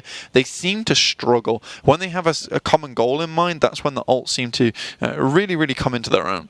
Yeah, well, they are 2-1 up in the series. Of course, they are sat in that 3rd seed at the moment in their group. Or sorry, the 4th seed in their group. They will be the tallest of some very short people if they take this one. Absolutely. I mean, they will be, real average size. Yeah. But they're 2-1 up. They are looking to hold on to their knocked bottom spot, which is kind of a really what the headline is at the moment. The Smugglers, they haven't managed to win a game so far, so they're really gritting their teeth and trying to move it on forwards. Maybe Icon Rollers where they can do it. They have done very well, and more so than I think I was expecting from this team, just because of the fact that they haven't managed to win anything, and I haven't really seen too much from them going forwards. But then again, I haven't seen too much from the ult either. I mean, Smugglers, they seem to have a pretty damn good team on their hands. There seems to be a fair few pretty glaring mistakes, but they're mistakes that are quite easily fixed. They're in debusking, being a little more defensive, using positioning and more cover. Soda also positioning again, playing within the team. These are all things that are easily fixable, so I'm excited to see Smugglers when they come into the next season. For the time being, we will have to see who takes this one. Will it be the Smugglers, or will they ult finish it now and here? Oh, Doomfist not quite able to land the seismic slam onto the Soldier, just giving them a little bit more ground. Bit of ground given up as well, but Aqua able to take down Roberto, so no more Graviton Surge charge or the Zarya charge being built up to boot, but Quantum Delta's just going to go down as well. And just being seen off again, the ult just holding strong around the choke. This is very, very tough. They lose the mech there, that's massive. Okay. I mean, Aqua obviously was just waiting for his shield to come back up again. Lemmy Batman gets a little bit more aggressive, and they invest the Coalescence on top of that. Rexy 2K will be coming in with the Earth Shatter, and Razazel going down means that this is 5v6 once Debusking gets that res, which he undoubtedly will. Oh, okay. Now it's a 4v6. Rexy 2K is going to be massive with the Shatters Shatter out. hit. They need to just move straight on past Aqua. It's completely blocked up, and its charge is counter-charged as well. But there's the Helix rockets. They still have that Shatter, but they might just not need it. There is the Tactical Visor coming on through, and he's able to get it done. The push is successful. The push is excuse given. And the Smugglers able to take themselves to the first point. 5 minutes 11. That's pretty impressive. Kavanaugh on the Soldier. Actually plays pretty well versus Alt's team. Kez. Oh, this is my high ground. Yeah, get away. You're barred. Oh, there we go. He is barred. Kavanaugh gets noped out of the high ground, has the Doomfist and the Hanzo to deal with. Threats on two fronts. Just a little bit too much for the Soldier to deal with. Kez almost up to that Dragon Strike. They have got the Valkyrie, they have got the Rocket Barrage and the Earth Shatter for the Smugglers. I can see why they're playing Reinhardt D.Va, right? Because Aqua seems to be very comfortable on the Reinhardt. Lemmy Bat wants to play the D.Va to pressure Quantum Delta in the sky, have the D.Va Matrix available for the barrage. But really, I would much prefer to see a Winston D.Va here. The charge coming through, but just going to hold Stalwart just a little bit, and a little bit more stalemate just coming on out. But finally, there's the Coalescence. They might try and pull the go trigger, or lever, go trigger, switch, whatever. We'll go with it. And they are going to move it on forwards. One trade going through for the other. Kez able to take down Quantum Delta from the skies as Razazel is given the go-ahead to go for that takeoff. Meteor Strike is going to land. Charge denied. He gets pulled out. Anyway, like I was saying, I would much prefer to see a Winston D.Va here, especially versus Smuggler's team comp, which doesn't really have anything to keep Soda alive. Sure, Debusking can give him a pocket, but I think a lot of times Debusking is so preoccupied with making sure that Quantum Delta's got the damage boost, the healing, the damage boost, the healing. I think Soda is pretty much all by himself. I think a Winston D.Va here would be really, really good. Not only the fact that Winston can take high ground with Lemmy Batman, as well as at the moment, Aqua just doesn't seem to be doing too much. Seems like they figured out where the Doomfist is going to be. Debusking able to just slip through the cracks there. The Shatter's out. Able to find the Reinhardt. Aqua down to the floor. The Graviton Surge is there as well. If they want it, they might try and push it underneath this bridge. There is the Reinhardt just completely dismantled, and they just pop that Tactical Visor. Kez going very, very low, but the double kill for the self-destruct sequence comes through for Lemmy Batman, and Kavanaugh not quite able to find the value coming through, and they hold onto the Graviton Rocket Barrage combo. I didn't think the ult were going to be able to hold that. No, well, I mean, they absolutely did. It's the good old ult hold. The ult hold, yeah. I think Kez has got really lucky there, to be honest with you. It was very elusive with the wall climb. I think he was actually just a bit behind a little bit of debris there on the side of the wall, which meant that when Kavanaugh actually tried to get the damage in with the Soldier, he didn't find it. Now he will switch over to the Genji, seeing that ult. Big Shatter. Nice, big Shatter. Oh, he's going to get counter-charged though. It's going to be on Razzle to try and get the kills on through. Already able to take down Quantum Delta. The rest is Alpha Debusking inside the Transcendence, so nice and safe, but instantly re-denied. Beautiful play coming out from Razazel. Able just to put the dazzle on him, but Aqua's going to rain it on through. There's the Shatter coming out from Rexy, but again, just a little bit too late, because he still has that Dragon Strike, and they're just going to get pushed back, but Razzle gets charged on out. The Coalescence has to be burned to keep everyone else alive, but Rexy falls, and there is going to be the Coalescence keeping everyone nice and healthy into the backlines. Kavanaugh trying to sail on in with 2 minutes. They want to just re-engage right now. They still have that Graviton. They still have the Rocket Barrage. They're looking to try and cancel it out with the res through onto Rexy 2K. They can start to move forwards on this pressure. Aqua goes down, looking to try and stop that Graviton coming through. The charge is going to be countered on out, and it's going to be Cavano to get the Swift Strike straight on through. Dragon Blade immediately popped onto the back as well. The D-Mech is coming through, and Razazzle able to get the double kill onto the supports. Going to not be able to do too much as the counter charge is on out. Doesn't have that Meteor Strike to get away to safety, but the damage has been done. It might give his team a chance to get back in. But what was once a 5-minute time bank is now 1 minute 35. I think Smugglers really struggled with using ults like too early towards the end. Barrage is available. Kez takes a rocket to the bomb, but the fadeaway will take down Quantum Delta. Headshot is there, and it's strong. Again, they go for the hold, and as you were saying, only 1 minute and 18 seconds left now, Blank. I mean, Kez, he's quite literally got a rocket up his bum. That's how good this guy is. He's motivated. Sure, he's absolutely. Absolutely. That's what their imagery is. But they still have, they still have the self-destruct. They still have the Graviton in play. They have that rocket barrage. They've been holding on to this combo for the past 3 minutes, Blank. They haven't been able to find the opening for it. And now they're going to go for a very, very long flank here. I'm not sure how much value this is going to find. Let Me Batman does have this Diva Bomb as well as Aqua with the Earth Shatter. This is where it shines. If you can lay them down on the floor, the Diva Bomb will be massive. They're trying to do the old rope-a-dope switcheroo, going around the back, trying to give them a little bit of a run around going through. Let Me Batman onto it. There's the Earth Shatter coming out from Aqua, but there's a bigger Earth Shatter as well. Quantum Delta with the double kill. There's the self-destruct sequence as well, but it's traded back evenly, and with the res, that's going to give the advantage to the old Kez, able to get the kill over onto Cavano. Rexy 2K, not quite there, not quite able to swing into the Graviton, is going to be able to take down Hot Heaven, but Roberto not able to find that combo going through, and there's the res as well. The Smugglers finally starting to turn it down a little bit. The Busking is going to fade away and just fall a little bit further back. Tauru under the kosh as well, and the swinging starts to come through. The shatter is up. It is available for Rexy 2K, but they are so close to that overtime. They need to hold. The whole team is there, however, and they might just be able to sail it on through. The question is Ryan going to be able to get in? Aqua on 30%, so not going to have that Earth Shatter Swift Strike through, able to get the Mega Health pack, but Kez gets the headshot. They're going for the contest, and they are going 1-for-1 currently. Aqua going very, very low. Shatter is out, and they're able to find it. Kez trading back, but finally they're able to just sail it through, Blank, and it's just so close down to the wire. But Rexy 2K is the rest of his team who get a little bit unlucky there as they are getting sent away. Debusking still just going down and out of position, but Tauru trying to hold that heal going through. Rexy 2K, you cannot step off this payload. They're able to find it somehow. Tauru is the most frustrating Mercy I've ever seen. Like, the res is coming through must be so difficult to deal with the Smugglers. And he's always in a good position that's away from the target that the Smugglers are focusing, but also in a position where it's like, oh, do we kill the Mercy or do we kill this target that we've got here? And then the Guardian Angel comes through. One big thing at the moment though is that they don't have any defensive ultimates. Cavano made the switch with the Genji a long time ago. This Dragon Blade will not be negated by anything. I'm surprised not pulled it out already. There's nothing there to block it. He's going to look for the backline, look for a little bit more presence. There is the Rocket Barrage from Quantum Delta, completely blocked out by that defense matrix. Unfortunately, no body reverse damage, but it is going to get the kill nonetheless. The Diva not going to be able to be taken down. Meteor Strike is invested. They still have this Dragon Blade. They still have the Genji ult. Razazzle just doing so much work. The uppercuts just going so well, but finally able to get shut down. Cavano still, as you say, holding on to this Dragon Blade. They have got that Graviton Surge up. They have got that Earth Shatter as well, but Aqua has one of his own. They're going to invest the Graviton Surge in. They have got that Dragon Blade, and it's brutal. This is the combo they were looking for. Roberto decides to pull the trigger, and they're able to make it work.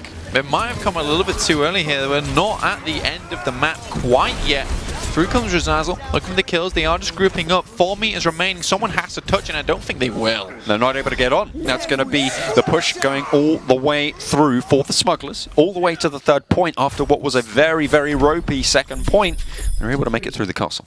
I imagine they wanted to use the Dragon Blade Graviton combo as their finisher, which they did. I think they used it a little bit too early, though, which gave opportunity for the ult to actually get back on the point. Unfortunately, Razazzle goes for a really long flank, opting for more value instead of just touching as the Doomfist, but I think in that situation that was a mistake. They really did need to go for that touch earlier. Now Smugglers, they're going to be feeling pretty good about themselves. They did get it in without overtime. 11 seconds remaining. It's not a lot, but it does mean that they will get a second attempt here should ult finish this one, and Smugglers aren't able to hold all the way to the third point. It's going to be a little bit difficult to do so. 11 seconds, as you say, not the biggest time banks. It's all to be working with. Question is, are the ult going to be able to find those openings that they're looking for? Looks like at the moment they are considering going for a triple tank setup with maybe Lemmy Batman over onto that Winston, maybe going for a little bit of a floats. So if I got that right, I don't even. I'm struggling to keep track of all the goats variants as to which one is which, but I think there's floats if they did move Razzle onto a support, but I just can't keep track of these things. It's one of the Zotes combos. Did you say it's floats? I just don't know which one's which. So let me break it. You've got 8 seconds. I've got it. So Dotes is it's Zarya. No, it's Dotes is. See, you didn't even know. There we go. But we are going to move on forwards. I'm sure you do, but you don't have any time to talk about it. Let's talk about these stomps. Oh my god. Oh no. The ult here, they're going to be running Winston, Reinhardt, and Zarya here, which is not actually a standard composition. You see, it's more of a Winston Zarya diva that you tend to see. This is interesting. Oftentimes you'll see a Reinhardt Zarya diva, like I was saying, with Brigitte, Lucio, and Zenyatta here. This seems to be much more just get up in your face and do the damage. But Lemmy Batman goes down early, 5v6, but so do Rife downs as well. There's a huge amount of healing lost for the smugglers. However, no one's dealt with Cavanope on this Junkrat. There's so much damage just coming out from these grenades, and Razazel up in the sky as well, remaining undealt with. Debuskin going for the res, not able to cancel it out, but they get the kill on the backside of it. Razazel still work on this Pharah right now. Yeah, Razazel's been pretty dominant so far on the Pharah. I think the Quantum Delta's been good. He's had some good barrage, but definitely not as valuable when it comes to like these regular fights. play. Yeah, exactly. Cavano wants to get off this Junkrat as soon as possible, so he drops down the Riptide pretty early. But this might just give them a little bit more time to set up. But obviously during this, they haven't actually pushed the payload to the gate. The gate's not even open yet, so that Riptide is going to practically do nothing. Not going to be able to stall it out. 99 HP, and the Mercy goes for the heal. The swing's coming through. The Flame Strike will finish it off. Razazel has got that Rocket Barrage, so if they look to invest it onto the back line, maybe move Rexy2K out position just that little bit, try and get it up, and they might just be able to get that Mercy pocket going down. The question is, are they going to go for it? There is the sound barrier to try and just keep that Pharah alive. Does a lot of work, but not quite able to trade it. Quantum Delta with a Rocket Barrage of his own, but nothing is found pretty much for either of them in this stage. Rexy2K has got that Earth Shatter. Not sure, don't think he's able to find it, but there's the Graviton Surge being invested as well for Kez. And they're just zapping it on down. Rexy, though, just stays alive. The pocket is big and it is real. Rexy able to get the swing finally over onto Hot Heaven, but not before the res comes out onto Aqua. The charge is there, but Kez, sorry, is just going to be able to hold it down. And there's the ult just holding onto this payload. They're going to continue to move it forwards. Yeah, Aqua drops down. Oh, Roberto, Razazel, double kill. Razazel finds the double. I think he almost got the Zarya as well as, but she clung on desperately to would not drop down into that waterfall, that river down there. Now it's Cavanope under the cosh, as you like to say, John, taking a couple of rockets. Drop under. He gets the mini, but you know what? That Pharah's waiting and ready. Look at that. The game sense and Razazel know exactly where people are going to be. Rexy has got that Earth Shatter. Question is, are they going to be able to find the opening to be able to layer it down? There is the Graviton Surge coming through from Roberto, and at the end of the bridge, they make their stand. You got zero charge, but it's like a pea shooter. It still does the work, right? Pea shooters do work? Yeah, I mean, I've been shot by a pea shooter before. I hated it. It's got like a little potato in it. Yeah, sorry about that. Yeah, it was a traumatic time of my childhood. Yeah, absolutely. Yeah. Anyway, they have the barrage. So far, what I've been mainly wondering about is that Kez often doesn't give Razazel the bubble in the air after he barrages, so he's left pretty much high and dry, quite literally. So I'm surprised by that, but Cavano gets dropped down. That is a real unfortunate positioning there for him. But Rexy2K finds the pick, but immediately he's raised back up again. But Taro, this man is just dominating. He's committing. Oh dear. Oh, the Mercy just able to get away. But in this meantime, the ult have actually been pushing this payload just over the bridge. There is the... Oh dear. Was that cancelled? No. Okay, it was blocked. Aqua not quite able to find the opening. Rexy2K gets the solo shatter going down as well. And Razazel not able to win out the aerial duel this time around. The aerial duel not quite working out. And they're just sent back yet again. 2.5 minutes though. They still have a little bit of time to play with. You're very split. I mean, you're playing Taro on the Lucio, so as soon as Razazel knocks Cavanope off from the high ground, can find that kill, all you have to say is just disengage us. Disengage us with speed, amp it up, right, get us out of here. We'll wait for that pick and then we'll go in 5v6. Now Aqua's moving out to Aqua. Aqua? Oh, okay, gets the pin. Okay, that was a big lottery move right there. But in the meantime, they've actually lost Hot Heaven. The Mercy going down is a really big pick. Razazzle just gets away with that Rocket Barrage available, looking to go for the behind. And there's the Reinhardt over the edge as well. Rexy 2K falls down. The Rocket Barrage is going to find one, and Kez in the meantime finds the high ground as well, finds Quantum Delta. Mercy, the res is cancelled, but they are going to get away with their life. There's the Tactical Visor coming through as well with Razazzle going down. They're trying to hold on to it. Kevin Hope just running around here, has the Mercy pocket as well, but the busking is going to fall. Still jumping up and down, playing a little bit of parkour going through. There's Graviton Surge actually popped down on top of the payload, and Hot Heaven has to go for the res. Not quite able to get cancelled out. Kevin Hope not finding the damage, but finally stops that Valkyrie Mercy going. The ult, they're moving it forwards, and they're finally able to take down Kevin Hope. He's just been jumping about, making a nuisance of himself, but finally Thorn is taken from the paw, and Rexy 2K is able to extract the rest of them as well as they send them back yet again. The ult have a minute and 16 seconds. Not a lot of time here, and no ultimates in the bank. Taro switches over to the Zenyatta to get a little bit more damage going. Oh, Heaven still on the Mercy, and Kaz goes back to that classic Hanzo. Razazzle still in the skies, and they're going to be running one tank again. Back to basics, or not in this case. The really clutch armor pack coming up from Lemmy Batman in that fight. I've been pretty impressed with Lemmy Batman, not making too many mistakes here on this Brigitte. Actually enables Hot Heaven to get that res off to Aqua, which could have swayed the fight. But Cavano, let's talk about this. He has the Tactical Visor once again. He's not been able to find too much value from it, and if he goes down, he's going to find zero value from it. They still have the Shatter, however, and the trade is there. Razazzle has fallen down, which means that they aren't going to be able to build that up. The Brigitte moves towards, use Shield Bash already, so they can't go for the combo. With Brigitte going down, they look for the res. They try to move forwards, but there's so much pressure from the Smugglers' defense here. Cavano able to get back into the fight. 23 seconds and they have to reset. This is the last fight here, John. They have to wait for Lemmy Batman. They need this rally coming into this next fight if they're even to hold out versus this Tactical Visor. And Aqua's found himself out of position versus the barrage. Taro fights back. There will be a res available for those teams, but Taro this massive lad on the Zenyatta. Triple Here's kill. a frag Yada. Let's go. Let's move it forward. The Shatter's there to try and negate it, but the damage is done. The res is out onto Taro as well, just keeping him alive. Lemmy Batman moves forward. Who needs rally when you've got Zenyatta orbs? They have control of the fight for now, and that's the Tactical Visor taken down. It's a 1-for-1 trade. The push is going out. Roberto has this Graviton Surge. It's going to be crutched to get it, but they are going to give over that second point in overtime. What a beautiful set of kills coming in from Taru.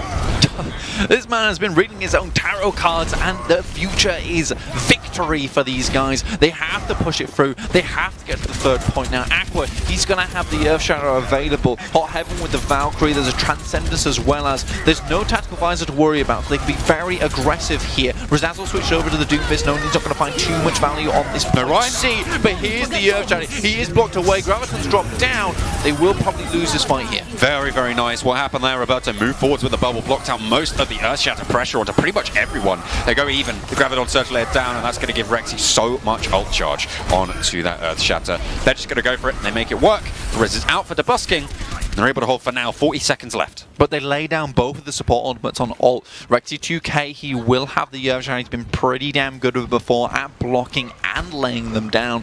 Razazzle switches over to the Zarya, understanding that Aqua needs a little bit more help in that front line. He's getting dominated by Soda Rife, but Kez finding Cavano. Debusking is going to go for another one of those cheeky reses. I'm not sure if he was in a resable position, however. They already used the res. There's a Riptire as well as, though. That's going to be huge, but now as a Zarya, a bubble can cancel that out nice and easy.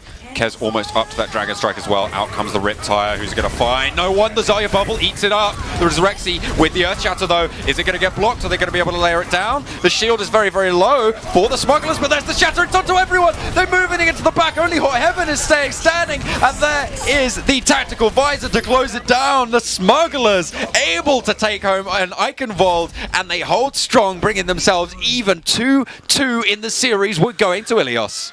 We said it this week, even if we do get there, we absolutely aren't going to the Greek Isles of Ilios. This is crazy. This is really, really crazy. Razazzle found some amazing picks off. Look at that. Just the double not boot. Quite enough in the end.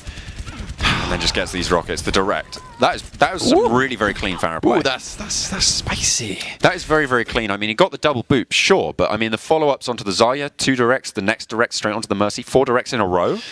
Yeah. One of them was down on the floor. I'll give you that. But he was still, let's be honest, pretty good. pretty good. Yeah. Well done. Taro really popped off towards the end there, though. Absolutely. I think so. The only reason that they won that is something that you've been talking about for a lot of this series, is Debusking moved forwards and went for the res in front of the Rhine shield. Taro has none of that. He's like, hang on a minute. None of it. I have my damage ability when I hit my left mouse button, so I shall use this to great efficacy. You should get the res off. Yeah. And in fact, that's going to give them the whole second point, and gave them the chance to even take it further. But instead, they managed to get their act together on that third point, hold out, and send themselves to the tiebreaker map. Just hovering on Oasis at the moment. I don't know if we are going over to Ilios or Oasis. Not entirely sure. Should be Ilios. Ilios, yeah. I think it should be Ilios. I'm not sure. Yeah. Is it Ilios or Ilios? No. Because Ilios is. We're having a conversation with our producer at the moment. So you get another spreadsheet. Guys, but at the moment, have you? Yeah, he's got it right in front of him. I believe my producer in my ear more than. That's a draw, mate. That's for draws. Is that for a map draw or is that for a thing?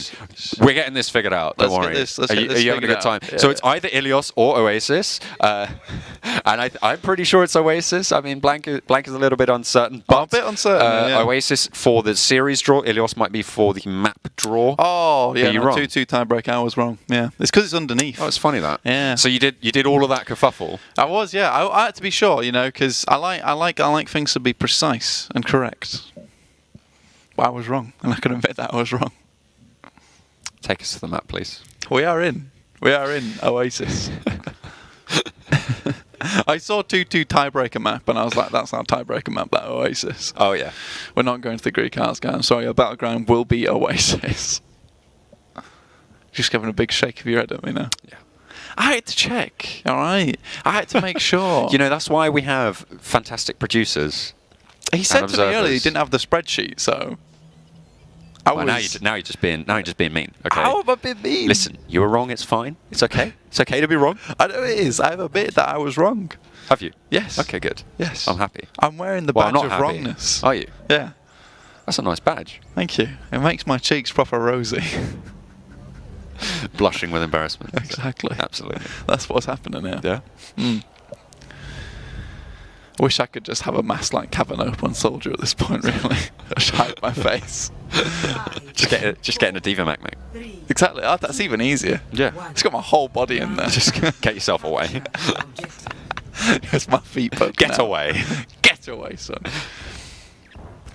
Oh dear. But they are moving forwards. Okay, Quantum Delta back onto that Pharah. They have both got that Mercy, and there's pretty much mirror compositions going through, but Kez is on to the Roadhog. Cavanope on that Soldier. Pretty much the only discrepancy. Rexy, though, able to take down Razazzle. Don't know how that happened, but Kez able to trade it back. Pharah's getting taken down by the most unlikely of targets. Kez just holding down. No! Basking. Risky reses left and right, and you pay the price once again. So there you can see the hook working properly as it hits third right and immediately breaks off. Working as intended. That's the usual. Oh, there we go. That one didn't break off. Roberto going very, very low already. Able to sink back. With that defense matrix, has the Ana at the back as well to keep him nice and healthy. First cap going to the Smugglers. They built up 13% and they're going to go for the first hold. Once again, Cavanope, this man's tracking is on point. He's already another tactical visor ready to go. And this is what's been stopping Razazzle and Hot Heaven from playing so aggressively. They have to play around natural cover a lot of times, quite low, because they know that Cavanope on this high ground, always ready to go with his tac visor. Oh, he's ready to go right now as Pharah thinks there. So much better, Razazzle. I just cannot find the cover. Hot Heaven goes down to it as well. Beautiful use of ultimate there. Only using the one, I think, to just go for the full hold. Really, at this point, your best bet was to switch over to something more like a Goats composition, this free and just run the Soldier over. You don't have to really worry about the Quantum Delta too much, because you can just circumvent him. Yeah, in a 5v1 situation, you're always going to win anyway, and Quantum Delta's not going to do too much. They are going to go and contest the high ground. They're moving forwards. They're getting a very fast cap down as well. Almost 3/4 of it going through. And there goes the contest in on out. There's Razazzle, though, taking care of Cavanope on the high ground. A very, very distinct DPS source just completely negated now for the rest of the fight. They trade it back onto Brigitte, but Quantum Delta has that Rocket Barrage available if he's able to find what he's looking for. Kez gets the fly away, and there's the Rocket Barrage laid down into the middle, already taking down Hot Heaven, and it isn't going to quite find Razazzle on the back foot, but they've already taken down the Mercy. That's a huge pick-off, but Razazzle is going going to continue. The flip has gone over in the meantime. 2 players contesting. I don't know if you guys can see it, but I've still got it on my screen here. We have got the D-Mech coming through from Kez, and it is going to be the Smugglers. The Smugglers, they are going to be able to continue to go forwards. Roberto able to make it work, and they are just going to push on forwards. I'm not too sure if the technical difficulties are extended to the stream, but we are having a little bit of a struggle here. Razazel started to come back into the fight with the rocket punch, and he's moving forwards. He's going to keep on moving forwards towards the backline, towards the Ana. He's looking for the mini diva as well, able to get the uppercut, and he's going to seismic slam towards that backline as well, able to escape as the flip has come through. The ult are able to take control of the point. There's 50% now on the clock for them to 64 on the Smugglers side. I don't know if we're just continuing as a radio broadcast for now. I'm not entirely sure how it's going. Okay, so everyone should be able to see the gameplay going on. We're just continuing to go forward. I'm really struggling. It's fine. I don't really sound. It's getting quicker. Oh no, but the fight's continuing to go happen. It's Razazel already going through, and there's the self-destruct sequence. Double kill going through for Roberto, able to get the back line going, and there's the supports falling down. Quantum Delta starting to move forwards as well, but Razazel's just getting so much work done here on this Doomfist, and they are just going to continue to go forwards. They're going to continue to hold 80% and ticking. There's the Primal Rage being invested as well as Meteor Strike is just going to get layered down, and Razazel's just so hardy on this point. 88% now. Yeah, they do flip that one over towards the end. Razazel been playing extremely well. 10-player kill streak, as you can see on your screen. You can't hear the lovely noise as it comes out, though.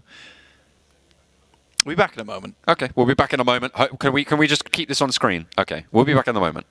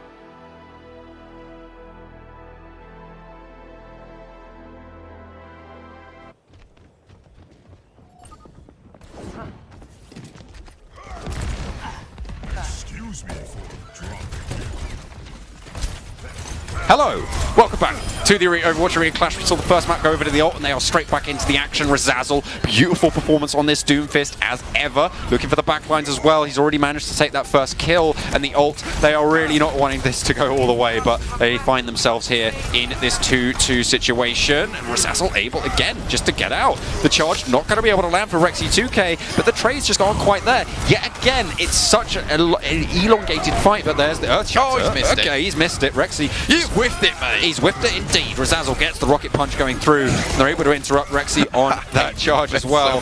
They're going to get that rocket punch as well, and they're just going to be able to flick the point. Ult, take first kill. What a disgusting hero Doomfist is. That poor Reinhardt the entire time. Also, something I have noticed, which they didn't talk about in the patch notes, now when Winston's zapping people, it looks like a bloody disco ball. Like, what is that all about? If you have a look, right, when Aqua does zap someone... They've changed something about May's wall as well. What are all these crazy little additions? They're just changing little things, making a quality of life improvements, making it look a little bit better. In the 80s, watch this. Okay, well, let's have a look, because Aqua is going to go straight to the back. That looks pretty much the same to me. It's the same, well, it's the same Tesla cannon I've always seen, and Doomfist already going down. There's the Meteor Strike. Immediately uppercut to send himself to safety. Seismic Slam actually gets the knockoff onto Zarya. But again, it's just Razazel, able to do so much work in just negating all of this pressure. Self-destruct sequence is out for the ult, and they are able to find one. Roberto goes down. Rexy2k still into the fight, but Quantum Delta not there anymore to get that Inspire passive up, and Razazel.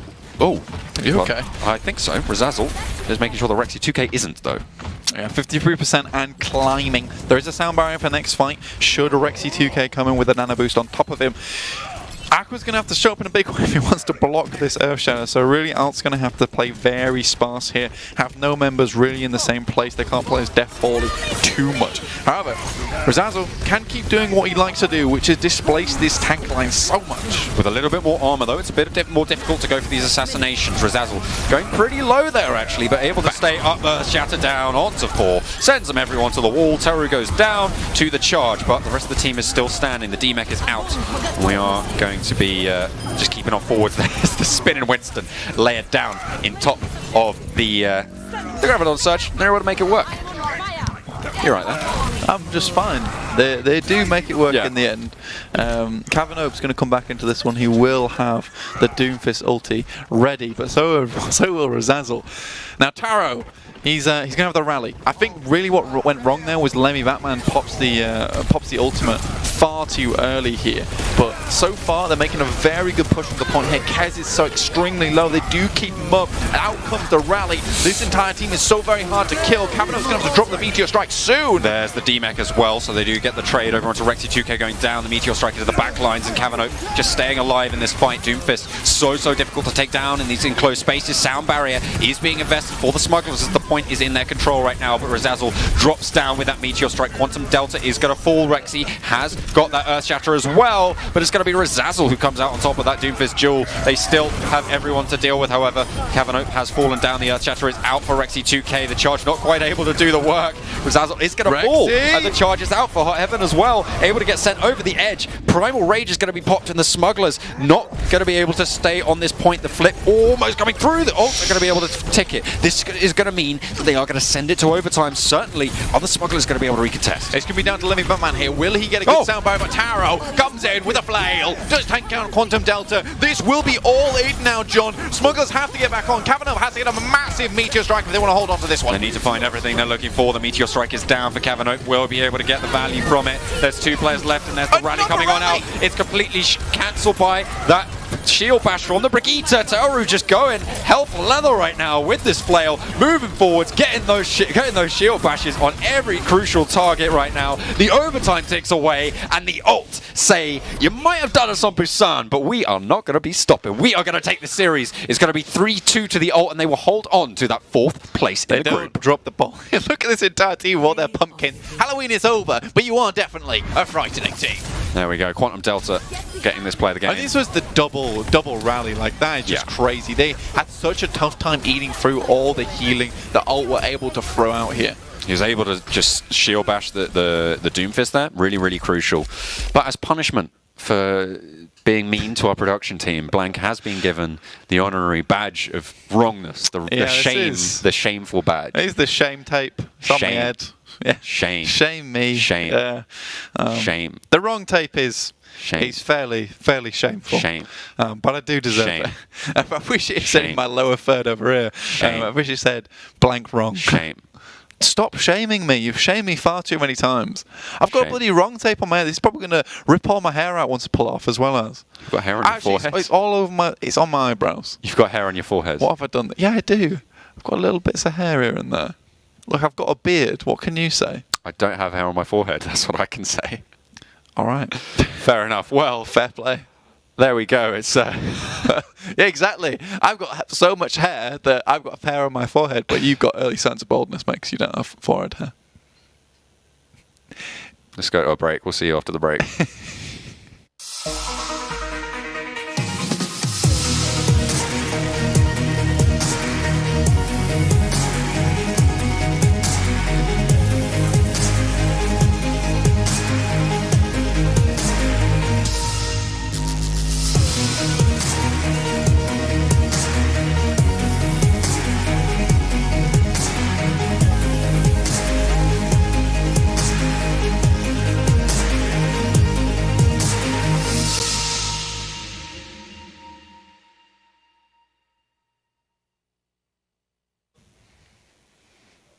Welcome back to the Overwatch Arena Clash. My name is John Allen, and with me, once again, he's still here, don't worry, we haven't fired him for being so wrong. It is Blank. He is living it large. He's doing like the what is it, the sprinkler, but like not quite. A little bit wrong. And then you go, Then you're back. Yeah. Fair enough. Well, we are going to be getting underway with the Guardians and the Claymores. That is going to be the second match for today. Of course, this is the crucial one. This is going to decide who is going to go through out of Group 2 to be able to get to that playoff stage. At the moment, the Claymores are sat. The Claymores. That's a Claymores, mate. They're going seed number 3. I'll stop doing that because I'm pretty sure they'll get annoyed at me if I do. We'll probably come down here and just, I saw that well. Yeah. Well, we'll have a look. The Claymores and the Guardians both sat at 2 and 1 at the moment. So whoever wins this does go through. But interestingly enough, the Claymores are the only team to have beaten the Kestrels so far, which means that if they win against the Guardians, they will go to that first seed. But if the Guardians win, they will get that second seed. So Claymores win, first seed for them, Kestrels second. Guardians win, Guardians second seed, Kestrels first seed. Does that make sense? I think that makes sense. That does make sense. Yeah. Okay. Yeah. So basically, Claymores take first seed if they win. Guardians don't.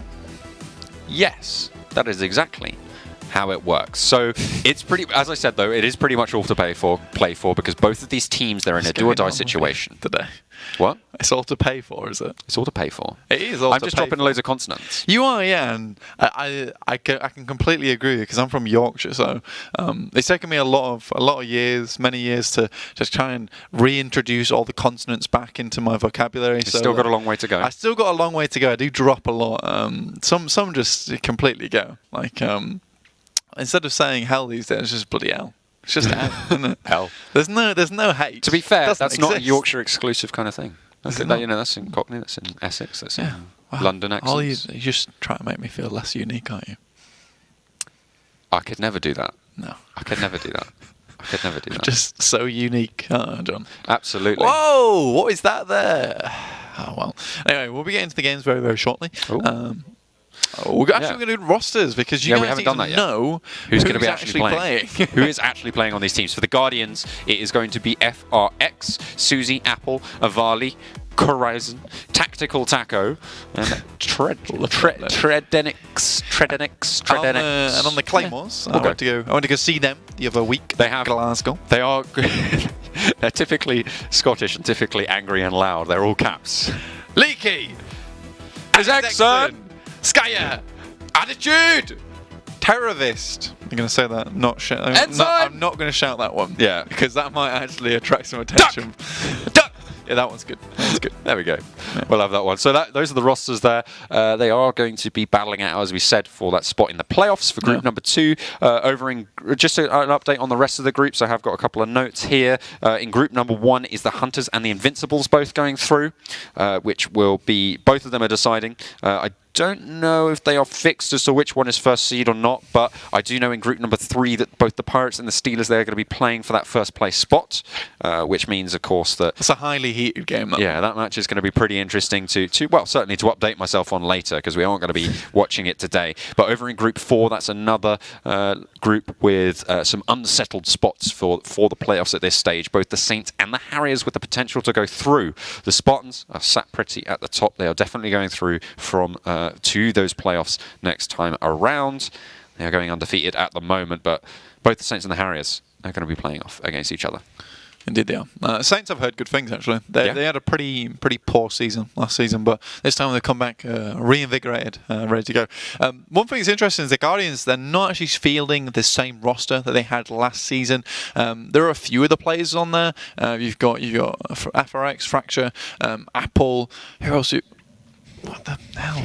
So tall. That really frightened me for a second. I'm not used to anyone being taller than me, so I'd see John up there and I'm like, whoa, that's not okay, son. Sometimes he just goes up, you know? What are you going to do? Right tall, aren't we now? Right tall. Yeah. I've got better tippy toes than you, mate. You do? Unfortunately. I'm not a ballerina. It's a skill. I'm sorry. It is a skill. Yeah, no, I've got real strong ankles. To be fair, you got to give mad respect to ballerinas. Those guys are hard as nails. Absolutely. Anyway, you see, oh god, they are so toned. They're just like, whew, goodness me. Anyway, Route 66. Here it comes. Become like a shouty caster. Yes, this is it. This is Overwatch. Yes, that's what we want. Fantastic. Well, speaking of new, Monte Cristo. Was that Monte Cristo's name down there? I think it was. Oh, I don't think we're going to go back now. Oh, I don't know. Is this the? This is still. I think this is still the other overlay though. I think it might be. But either way, it is. it is onto Route 66. It is going to be on the blue side. It is going to be the Guardians, and on the red side, it is the Claymores. They are going to be duking it out here on Route 66. So, yeah, I don't know where I was going with that. There you go. What? So. There you go, Blake. I'm just going to go and go over there. Do what you will with that. I'm just going to nip get coffee. Is that right? Yeah, you should do. Yeah. Really, at this point, just leave it to me. The professional. The professional. Yeah. You didn't see that, but I did big old air quotes for that. Did you? Yeah. Wow. In a big way. Well, fair enough. Well, I'm professional like Leon. You are a professional, though. Yeah. I'm sorry. You've seen Leon? I was being mean. Sorry? Leon the Professional. Yes, I have. Great film. Well. Yeah, I mean, it's cinematographically. Yeah. It's great. Anyway, Guardians, they're going to hold real close, but in comes a quick bounty grenade, which really is put him to shame. But Leaky, he's immediately off the map. I can't quite tell if that was an intimidation play or what, but a lot of times this is what you don't see is teams holding super duper close. But with all the healing available to them and all these tanky units, they should be able to get out just fine. But this means that 30 seconds is wasted for the Claymores as they try and push it around the corner, and they're not even quite close to the gate yet. Close to this corner, which is ideally where teams will try and hold you. They're going round for the flank. The old rope-a-dope, but seen off pretty quickly there. That's really interesting. I don't know quite how that worked, but Winston managed to get one of those barrage kills. Enzyme and Leaky just chiming on through. Plenty of damage coming from the DPS. You just caught one of the rockets and just lobbed it at the Diva mech. Oh, it's a rocket. Here you go. Yeah, exactly. Easy peasy. Anyway, Claymore's really, really well played from Enzyme in particular. He's playing in the skies, getting as much damage as possible through to the Guardians so that when it does finally come through, he will have the barrage available. And versus that 4-tank composition, a barrage is just always going to put you to shame. They are going on the side. Tactical Taco gets hit by a splash shot, and this means that he can just quite easily keep Apple at bay over here whilst the rest of his team deals with the tanks below. It's not time for tacos. It's not Tuesday. They are going to be seeing them off, and the DMech as well coming through for Enzyme, just going toe-to-toe with Apple on this Widowmaker. Very, very low already. Looking for the headshot. Needs to find it, but straight out the sky. There we go. Enzyme doing so much work on this Pharah so consistently, and in the meantime, Attitude giving it his namesake over on the payload. Yeah, absolutely. I think what's really interesting for me is that Enzyme, he's come into this game with a splash. He's made 2 splash kills, and he's already 68% towards his next barrage. He's played really well, been pretty much that key player that the rest of the Claymore's been playing around. Sky is going to have the nano boost, which they're undoubtedly going to be placing onto the Winston here to give this the backline run for money on the side of the Guardians. They only have the sound barrier and the coalescence available, so there's a lot of healing, a lot of sustain there, but the Claymores, they seem to be very good at withstanding inside of a fight for a long time, as we saw on that beginning push. There's the Dragon Strike being lobbed on out. Not really finding too much. Not too much of the zone either. The Claymores around in the second corner, however. Leaky goes down pretty early on. The sound barrier is out from the Guardians, from Avali. There's the micro missiles just sending themselves to the backline and dealing the damage. Enzyme, though, still up in the sky, still doing the work. A direct onto Duck, but there's the Rocket Barrage double kill and the self-destruct sequence coming through for Isaacson on that Diva. They are going to be able to make it work yet again. The Claymores are going to start to just keep that pressure up. Horizon still contesting this payload. Will be seen away by Duck. That was really well played from Duck, I'm not going to lie. What was really interesting to me is he actually held off on using the Guardian Angel because he knew that Tactical Taco was going to be going for those shots predicting the Guardian Angel movement. So waits that out and then goes over to the Enzyme using the passive healing. That Mercy does get to stay within that fight for longer. And as the attention was taken away for such a long time, it just allowed Enzyme to absolutely pop off. And she's going to have the Primal Rage here. There will be a Valkyrie as well as, but Guardians, they're finally getting a couple of ultimates online. Horizon just about to get the Diva self-destruct there, does pop it out early. Yeah, it's underneath the walkway, however, it's very, very limited in the effect that it can have. Leaky does go down to Tactical Taco, but they still have Enzyme in the sky. They're still being pocketed right now. However, the front line is going to be the focus right now for the Guardians. Push it on. There's the Primal Rage being popped by FRX, and they're looking to just jump onto this backline. The Claymores, they're just getting seen away, and the hold is going to be there for the first time. That's a questionable Primal Rage there. Doesn't find any stagger kills. You see this in Overwatch World Cup a lot of times that most Winstons with Primal Rage will go for these stagger kills with the Primal Rage, but when you don't have such a massive control on it, you can't often find those kills there, as we saw FRX demonstrating quite lovely for us. The flank is out though. They have got that infra sight going Another forwards. barrage. Claymores. Wow. Actually, they get the self-destruct kill onto FRX, so no Winston into the next fight. Tactical Taco gets the rocket barrage. They trade 1 for 1, but gets taken down as well. The nano boost is invested. The DMEC was there to boot, but Attitude now on this Winston, able to just jump on up with that Tesla cannon, able to zap the damage down. Up in the skies, Apple looking to get that Widow shot on, but there's an angry monkey in his face, and he's not going to be able to get too much done there. There is going to be the trade going through. There is the self-destruct sequence coming out from Horizon, able to take down Ensign, but slept out of the remake. Beautiful coming through from Skyer. And there's the rest of the team just rolling on through. Attitude on fire as he zaps down the backline. Leaky taking names with those headshots. Yeah, Ensign's been popping off far too much. He's like, look, I am also around, okay? It's not all roses for just Enzyme. Enzyme will switch off to the Genji now, which means that any body shot that Leaky does find will be immediately followed up by a swift dash and some damage onto it. Also because Farah's not finding as much value in point C here with the low ceilings, Duck's going to move his way out. I think they're going to be making a switch out as well on Leaky. Yeah. Well, we'll see what they're actually going to go for. They might swap out quite a few. Okay, so they're just going over to this Roadhog and going for that triple tank. This is an odd composition. The way I can see it working is it's very much a composition that you can't really get close to. Tactical Taco is going to find a lot of value out of this Junkrat, though, considering how beefy these targets are and how much damage he can put in. Does trap Attitude, though, so he's not able to go down. FRX picking up Enzyme means that his ultimate generation is capped now and here. But however, he has been displaced, has to use the charge to get back to safety, but down to 100 HP, just able to get that shield up back in time. They're going to send them back just a little bit. Lovely hook onto Avali. There is the nano boost onto the Roadhog. 74% on that ult charge as well. Just a cute little shot around the side of that shield. Able to get the damage down. FRX goes through and a hook lands yet again. Beautiful play coming through from the Roadhog. That was an insane play coming out there. Avali's actually going for the Resurrect, and the hook comes through. There is no shield to block it as FRX has been pushed away, displaced, so that Resurrect is cancelled. And not only that, the Mercy goes down as well as. Coalescence is invested straight away at the start of the fight by Susie. They want to move it on forwards, and they want to just keep that harassment up forwards onto that front line.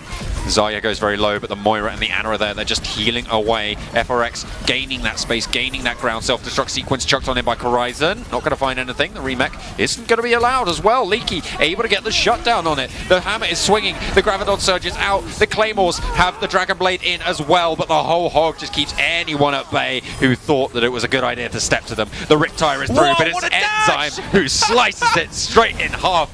Nothing found by the Junkrat as the spin starts on up. The Wrecking Ball looking to try and control this point, but they have only to get through that chunky health bar. But in the meantime, the tanks have managed to roll on out FRX. Back out onto that Reinhardt. Enzyme makes swift work of that with the strike.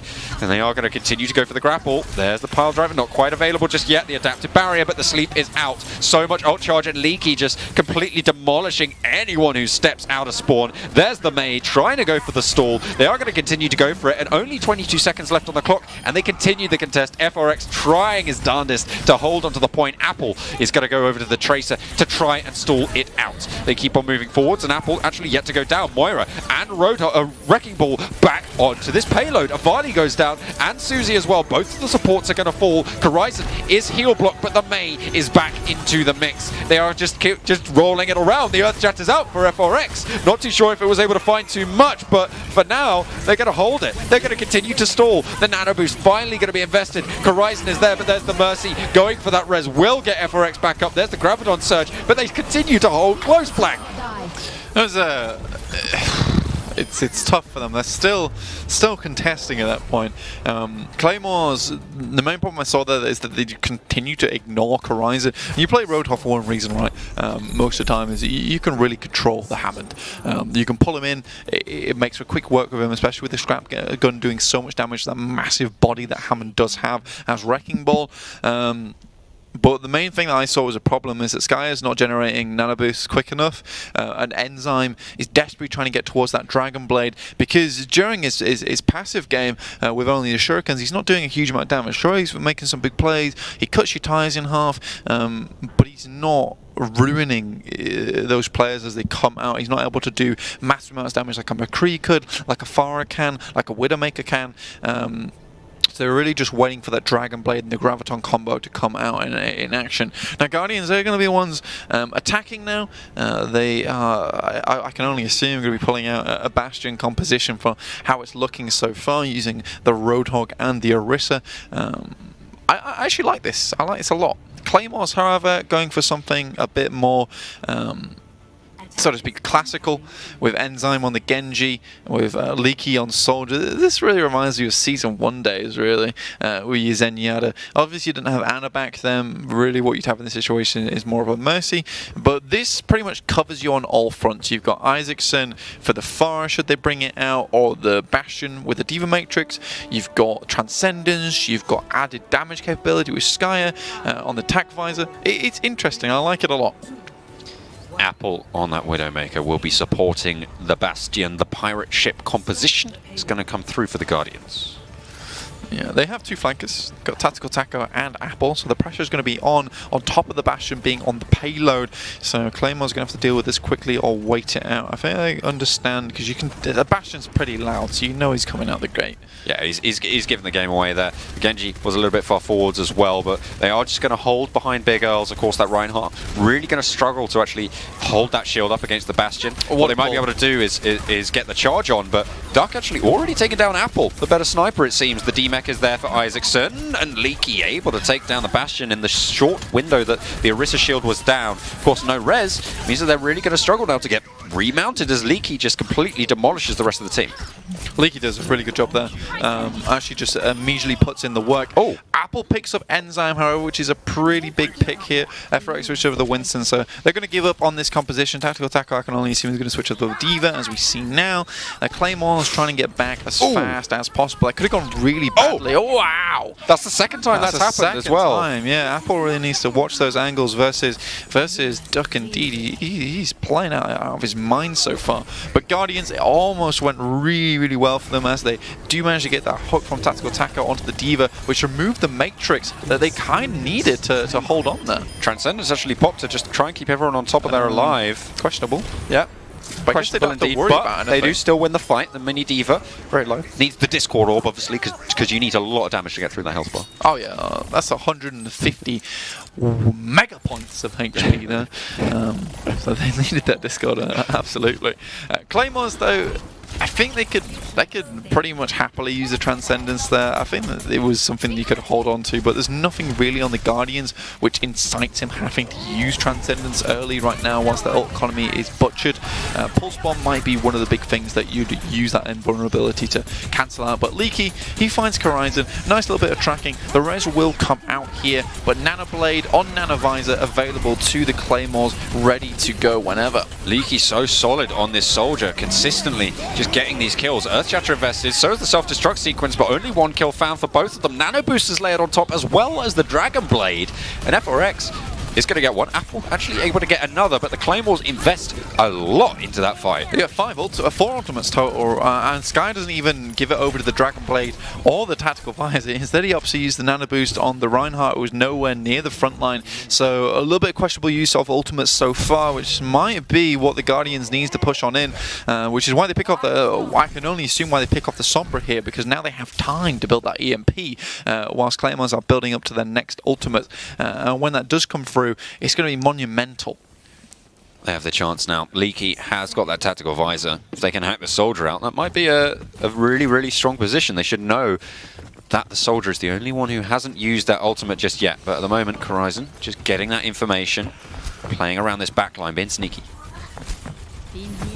Once they do use the hack, I think they just about got it off, which means Skyer can't use the bio grenade as the dive comes through. Really important. Leaky drops the tactical visor, but the primal rage is completely in his way. Well, there's 2 kills already going through though for the Claymores. They've managed to take down Apple, managed to take down Tactical Taco, and the Transcendence is out. They've managed to keep that Sombra nice and safe and starting to build up towards that EMP. You can see it's already at 60% and climbing, but FRX is going to go down to Attitude. The Shatter was invested yet again by the Claymores, but it seems like it's not going to matter. There's only 10 seconds for the Guardians. All of this time bank has been creeping up on them, Blank, and with that tactic, with that infra sight as well, this is the last chance for the Guardians to move forwards. Horizon needs to be able to build up this EMP, needs to be able to get into the net the rest of this fight. There's the Coalescence being churned on out for the Guardians. Duck able to find Leaky as well. Coalescence is going to find Skyer as well, but there's the triple the triple kill and the kill over onto Susie. Crushed him. Yeah, he crushed him with the mech. I'm not too sure what's happening there. And then he was able to get the final kill.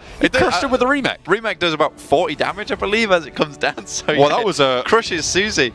So there's an explosion and a crush, and there's the 7th player, the tire. Yeah, that's what Let's have a look at the that Guardians try to use. But yeah, this is just a crazy play, and you can see him bursting the shield as well, as he knew exactly what he wanted to do here. Beautiful triple kill coming through. Gets the remake kill. That's actually pretty cool. Gets the headshot kill onto FRX.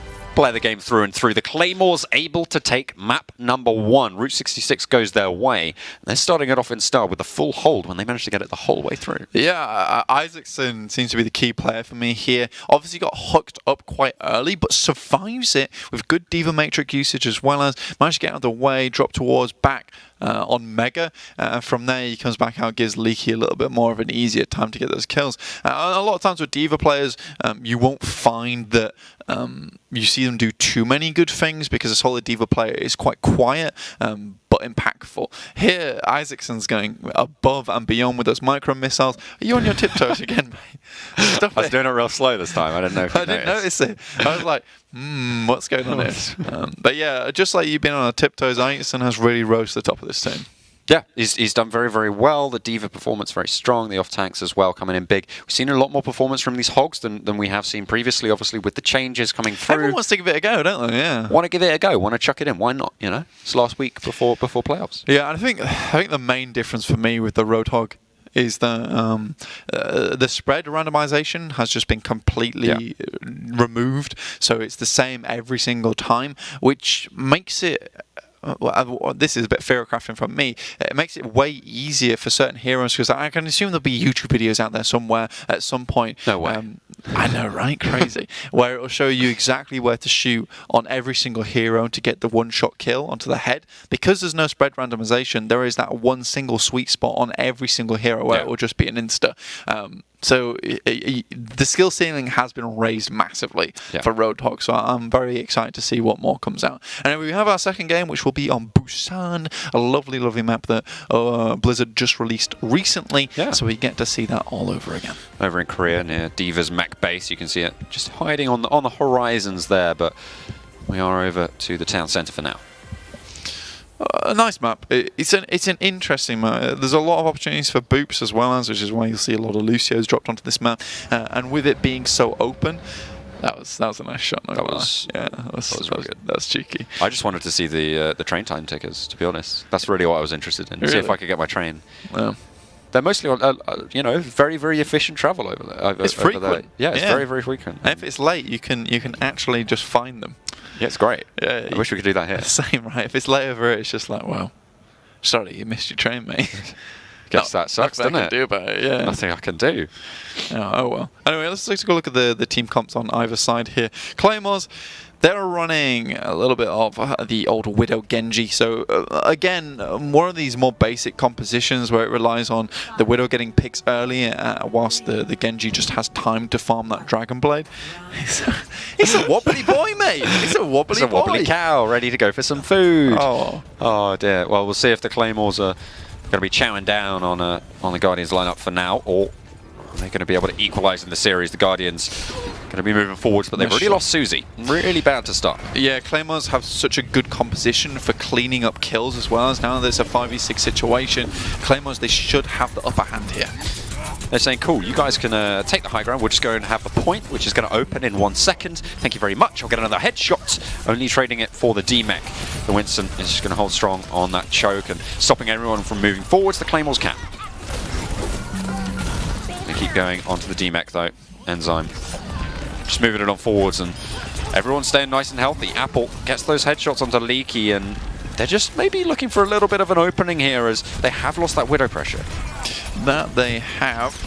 Claymores, they will have a nano boost ready and available, which is an extra 300 HP should someone want to go onto a single target. There will save one lucky character in this situation. Enzyme going very low. They will keep attitude up in this situation, however, and the sound barrier is going to keep them all nice and healthy on the side of the Guardians. The Guardians, though, they are under the caution. There's Leaky with the headshot again onto Susie, finding these crucial picks every single time on this Widowmaker. Self-destruct sequence is out, as is the Dragon Blade, but Apple going to really struggle to find anything. Finally able to get onto Skyer, and Swift strike straight in, but here comes the Retribution. Here comes the Dragon Blade from Enzyme. He was waiting it out. He was waiting for those trades. The Mini Diva not quite going down. Actually goes down to Leaky on that Widowmaker, and they hold the point, 53% and climb. Leaky's been basically playing like a McCree, which is kind of interesting to me because of how close she is on the point. Still finding all the picks that's necessary for the Claymores to keep going, though, which is nice.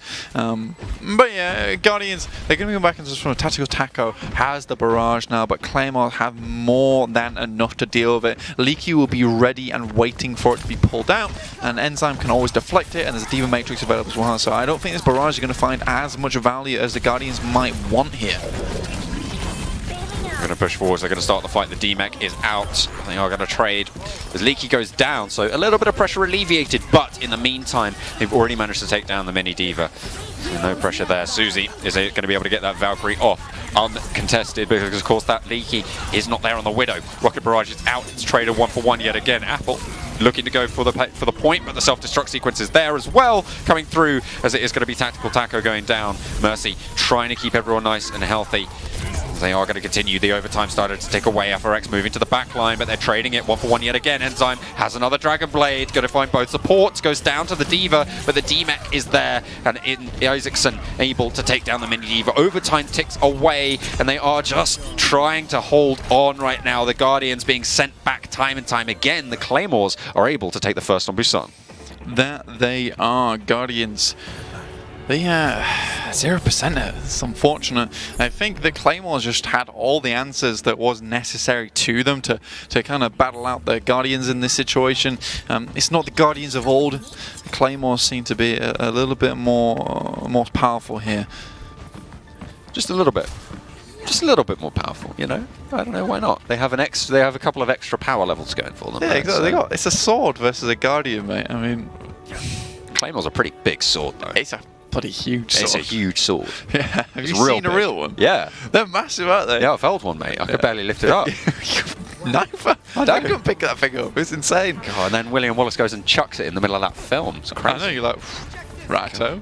All right, okay, all right. Weird flex, but all right. Weird flex, but okay. We'll go for it. Guardians, they're going to go for it as well. They're going straight on in 3-3 composition. They are going straight for this brawl. The Claymores need to be able to slice their opponents down as they come through. FRX just moving that shield forwards. There's the Brig Bash as well. They charge straight on in as the Rocket Boosters just sending the Diva forwards as well. Attitude goes down first. They trade it for the D-Mech, but the pressure is out as well. Ducks very low, coming under pressure from Apple on that Zarya, who's already very, very high charge. The lights glowing on her back as they are just going to roll it off forwards. Again, this is a strong start, and the Claymores, they're going to get sent away. The Guardians now going to go and claim the point. Yeah, Claymores are very happy to remove themselves from this one. Sky has already found his first nano boost, and she's got the Earth Shard as well, so this can be a really insanely fast retake for them.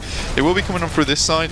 I think the Earth Shard is going to be the big thing that you will see from the Claymores, but now FRX has one of his own, and basically all the ultimates are available for Guardians, and this enclosed space, the Graviton is going to be extremely potent. It's out. Leaky sent to the ground. The high charge Zarya needs to try and get something, but they're Gravitoned up as well. Apple and FRX both swinging straight in. Attitude a little bit late with that Earth Shatter and finds no value from it. No, and Leaky still not finding his Graviton as of yet. Well, it was pretty much denied that entire time. Attitude seems to be, well, he seems to be having a lot of attitude so far. He's a bit over-aggressive at times, and he drops down the Earth Shatter at the end of that fight, a little bit overzealous there. But FRX, he's already got his second second Earth Shadow ready and available. The Claymore seem to be really struggling getting themselves outside of this gate. He layers it down, but it's blocked up, and they're just going to be sent back. The choke a little bit difficult to break through at the moment. Graviton is out with the self-destruct from Tredenix has already found 2 on the push. Apple gets yet another, and that Graviton surge is very, very close to going through. He will be able to build it up off this Diva mech, and they're just going to send them back, the D-Mechs through. And the Guardians main tanks, the FRX and Apple, they're just trading these ult fights as well. There's the Graviton surge available off the back of the Earth Shatter that was invested. Yeah, I think this is pretty much it for the Claymores. At 75% in climbing, Guardians just have such a much better ult economy here. Unless Tactical Attacker goes down, this is going to really open up for them. There will be an Earth Shatter available for them. Drops it down. FRX will find a double though. The Attitude goes for the Earth Shatter on top of it. The Earth Shatter, the Flame Strike has already found 2. FRX able to get so much ult charge down as well, but they trade finally 2. There's the heal block going through for that Ana as well, but it's still Susie chiming on through on that Moira. The Brigitte is still there, and they're just challenging someone out. Needs to touch, though. Someone does need to touch, and they're going to be able to try and stun it away. It's cancelled. The sound barrier isn't going to go through, and the Brigitte now started to hold on to the point. The Lucio is out, as is that mini Diva, just trying to hold on, but the Earth Shatter is out. Finds 4. Apple moving towards that point as Enzyme just swings on through with the flail. They move it, and Apple is going to be able to just slink away to safety. I think this is one of these maps where it's very, very easy to hold on to it 100% to 0, because the small apertures you have to get through to get to the point in the first place really open it up for very easy ultimate generation. They have gone to the right side, they've gone to the wrong one, they do make it through. It's a 6-man, everybody on top, bang! And it's going to be the double kill coming through from Tredenix. Yet again, the D-Mech goes through, and that's the Graviton surge actually being invested on the backside of that fight for the Claymores. Again, these tank ultimates just being used a little bit willy-nilly. They're going for the swap onto the dive tanks, so they are making those changes. Fair enough. They were just trying to stop that capture going through, but the overtime's already ticking away. Sky are trying to make it through. Oh, they stopped Ducks from moving forwards, and that is going to be the even up on Busan. There's one dirty flail coming out from Tactical Attacker though, removing Duck from the fight, even though he has a boostio to keep him in the fight even longer. Yeah, Claymores really dropped the ball on that map. I think Guardians knew exactly where they're coming from, where they were going at all times. And where do they come from? Where do they go? Where do they come from? Where do we go from there? I don't know. You just went back. Well, no, that's the next bit. Where do we come from? Where do we go? Where did they come from? Cotton Eye Joe. Ah, you are correct. I know the lyrics to a song. I need my wrong sticker back, mate. Absolutely. Yeah. I think you need to just permanently have it. Like you know how Superman wears his suit always underneath. I can just you just need it, and you're like, wrong. Yeah, exactly. I need a T-shirt like that. Get one for finals, mate. Oh yeah, absolutely. Yeah. Anyway, Claymore's get a shirt with poppers as well. That's what I'm going to do. Yeah, absolutely.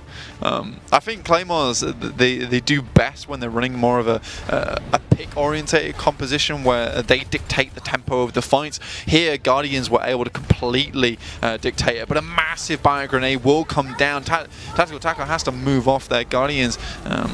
They're being forced back at the moment.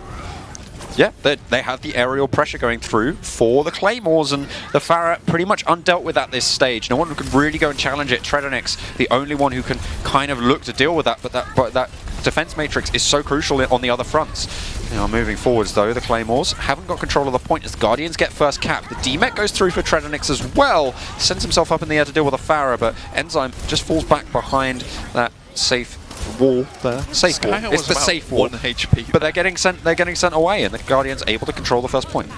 Yeah, I mean, Claymores now they have Enzyme's barrage here. They're going to go back in again. Skyer dropped down the nano boost onto Attitude. Okay.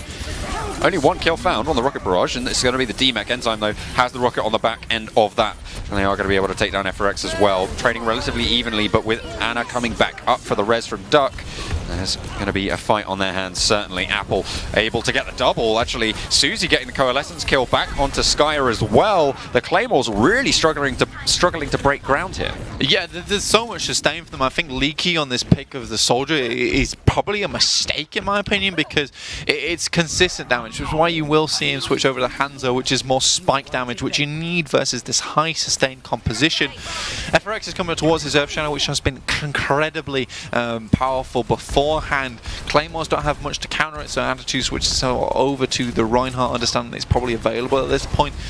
But there is so much available for Guardians. I think a retake is highly unlikely for the Claymores here. They have got their Earth Shatter and they have got their Gravidon Surge. Question is if they're going to be able to land them. They are so crucial. Oh, it's around the side. They invest both into the same fight. FRX swings for the Bleachers yet again. Self-destruct sequence invested for the Claymores, but it's blocked on out. Apple actually goes down, but the charge straight away onto that mech. There's the Rocket Barrage out for Enzyme as well, but Susie's doing the work on this Moira. DPS, by the way. It is going to be in that 3-3 position anyway. FRX able to get the kill over onto Duck, and they just continue to roll it on through. 88%, and they are climbing towards that full hold. Enzyme is still working the magic on the high ground at the moment, not quite finding his way up to the next barrage, and then he falls. So late into the day. There's the overtime. It is going to start to tick away. Coalescence coming out. There's the tire. It's going to find two, so they do have a little bit of an opening. They might be able to roll it on forwards. The nano boost onto the Mercy to try and keep her alive, but it's not quite enough. The Rezzies are there, and there's Tredadix able to get the double, and there's Enzyme trying to land those rockets at the range. The Diva is in. They are trying to go for the D-Mech, trying to find anything they can, but there's a rally to stop any pressure moving forward. So hard to churn through that armor, so hard to get back onto the point, but the contest is coming out from Enzyme on the top of the drum, only for so long, as it is now going to be just the taking of turns to stagger it out. Finally, it's going to be the Guardians who are going to be able to take home Busan. Yeah, with Claymore taking the first map as well, as we were surprised when Guardians came back into this. I mean, just go Goat's forehead really there. Yeah. They're losing out on the pick game, on this faster play that the Claymores were sporting here, as we saw on Town Center. Then they switch over to Goats and just basically tear it up versus the Claymores. Not a heavy sword at all towards the end of it. Quite a light little dagger, in fact. But I think at the moment, really what needs to happen is the Claymores might need to bring out something of a Goat's composition of their own, because I don't think Enzyme's finding these barrages quick enough. They're not finding as much value as they might like. I think they found one kill, so I think the Guardians are doing a really good job at mitigating that when it does come through in the end, with well-timed Zarya bubbles, with well-timed Diva matrices. But we do have the third game, ready for you already. It's Temple of Anubis, so let's get into it straight away. Let's go over to Temple of Anubis, over to Egypt. Guardians of the Claymores, even in the series, 1-1 at this stage. And they are going to be duking it out for their chance to go ahead in the series. Of course, we are going to be going over onto Eichenwald next to decide who is actually going to be able to take this one after Temple of Anubis. We'll see how they're going to be able to take that. But for now, it is going to be on the blue side, the Guardians. On the red side, the Claymores. So starting it out on defense, Apple might actually have the Wrecking Ball rolling on out. I know, it would be interesting on the defense to see as well.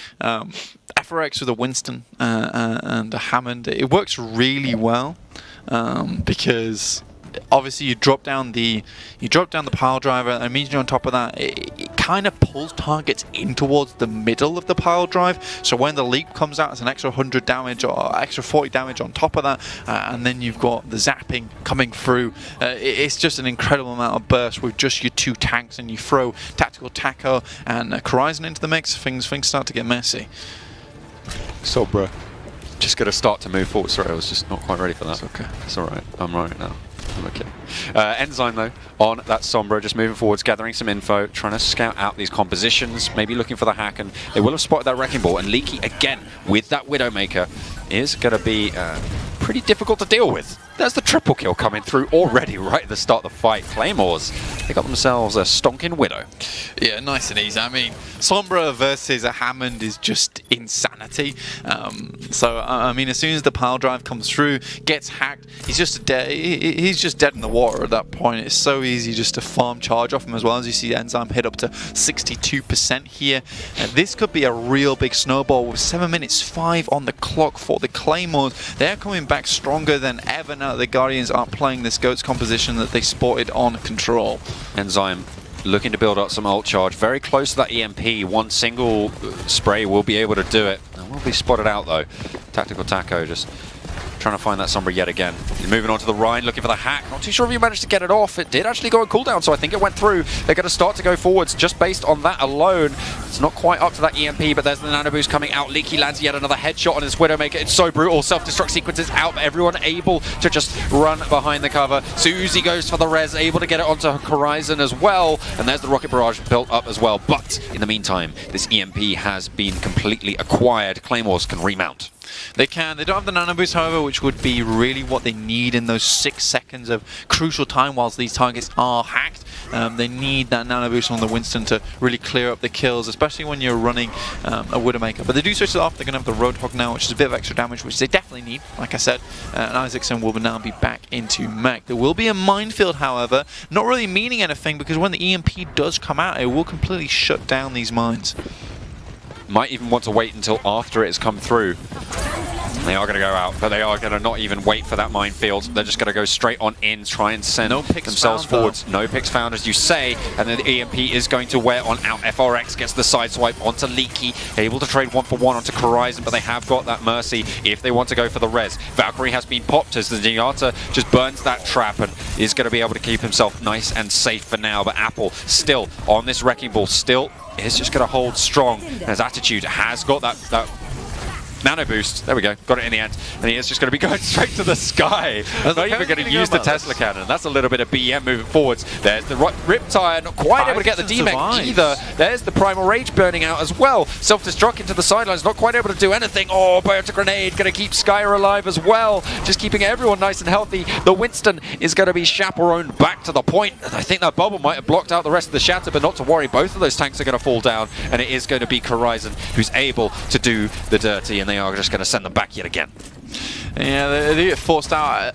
This is something we see a lot from these Arena Clash teams, is the fights just aren't clean enough. Guardians, they're going to have the Coalescence coming in this next one, but Enzyme, he's worked his way up to a nice little, another EMP, 80% and climbing. It's not going to take him long to get this one up, but Duck absolutely needs to stay alive in this next fight. That Discord Orb is so important to take down FRX, take down Apple, so he cannot die early. Horizon is exclusively looking for him, and Tactical Taco is going to definitely find kills. So I think if Skyer and Duck operate as a unit towards this backline, they can have much more success.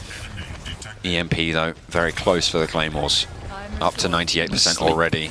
Nice sleep, as you say, onto Apple. The question is, will they be able to negate this EMP? Of course, they can stop that Coalescence from coming through. The hack is out. The EMP is there. FRX not able to try and build it up, and they trade 1-for-1. Enzyme goes down, but he's already done the work. Out come the mines, and the Farah is completely negated. There's the Riptide trying to find anything into the backline, trying to find anyone who's any sort of vulnerable, but they just cannot do it. There's no one there. The sleep goes through for Skyer, and there's the Coalescence finally being thrown through, but it's not going to find any sustain. It's only for damage at this stage, and with 2 supports at the back, Isaacson is going to remain perfectly safe. Apple rolls on in, tries to go for that backline. The sleep is there. Skyer on point as ever, and the hack is through onto the Moira. Enzyme still working the magic in the backlines, trying to just keep that pressure up, but 3 minutes and they are sent off yet again. Not able to make their way into it. Apple, I think it was the opportune moment from whilst he was sleeping to make their way through that small gate. Self-destruct comes through, doesn't find anything, but Leaky will pick up Horizon in the process, which means Duck can move forward with little to no worry about this Junkrat taking him down. Enzyme able to get the kill, 54% on that EMP again, looking to build it up. Skyer able to take down FRX. Apple going down as well. Very few tanks left in the mix. Suzy falls as they res for the Apple, and they are going to have to try and go for the Moira. Not really going to even need to go for the hack, but they do it nonetheless. Apple gets one, but he gets taken down in the process. Oh, actually, no, he doesn't get taken down. There he goes, as Enzyme able to get the spray down. Enzyme, ooh, he avoided that from the Winston bubble. Beautiful play. EMP available now for Enzyme. They might not even need to burn it. They're looking for anyone who's going to move forwards. The Moira doesn't have that fade up available anymore, because of course that EMP negates all of those abilities coming through. Apple looking to get hacked out. No, instead it's Tactical Taco or the Farah trying to just move around to cover, but cannot find any respite. Apple falls very quickly as well, and with 2 minutes and 15 seconds left on the clock, the Claymores are able to take point 2. Yeah, it's pretty tough for the Claymores to make their way in there. I'm happy that they were able to do it in the end because they showed such promising signs of a good push coming in. I think all of Enzyme's plays were really good. Some of the hacks were a bit questionable. Obviously, Tactical Tackle though might have been a better hack for him instead of the Moira, who was pretty much dead to rights as soon as she's used the fade. But other than that, I'm pretty happy with Claymore's performance. Guardians, however, really well played to get back into that point. But now, as you can see, once they have lost that one, they go back over to this classic GOATS composition. They are running Susie on the Moira, which I'm a little bit skeptical about. Sure, it gives you a lot more healing available, but without the Discord orb, you might be finding it tough. Having said that, I don't think it's too much of a problem considering Claymores aren't playing massive tanks that they absolutely need the Discord orb for to burn through. As well, you've got to think about how they're going to be looking to Leaky on that first point. 4 kills found with that Widowmaker straight off the start of the fight. A couple of headshots just raining through, so much damage being poured out by this Widowmaker. And what the Guardians are going to really struggle with is getting up to that high ground. Moving on, because of course only really that D.Va can get up to those positions where Leaky is going to be holding. On the flip side, however, there's a lot of shielding coming through for the Guardians. You know, the vulnerabilities of Tredenix and Susie on that Lucio and that Moira are really where Leaky's going to be looking to find those openings. If they can do that, then the Guardians will start to fall apart. But if they stay as a unit, if they stay safe, then it's going to be a little bit more tricky. No, it's going to be really tough for Leaky to find any openings, to be honest with you, John.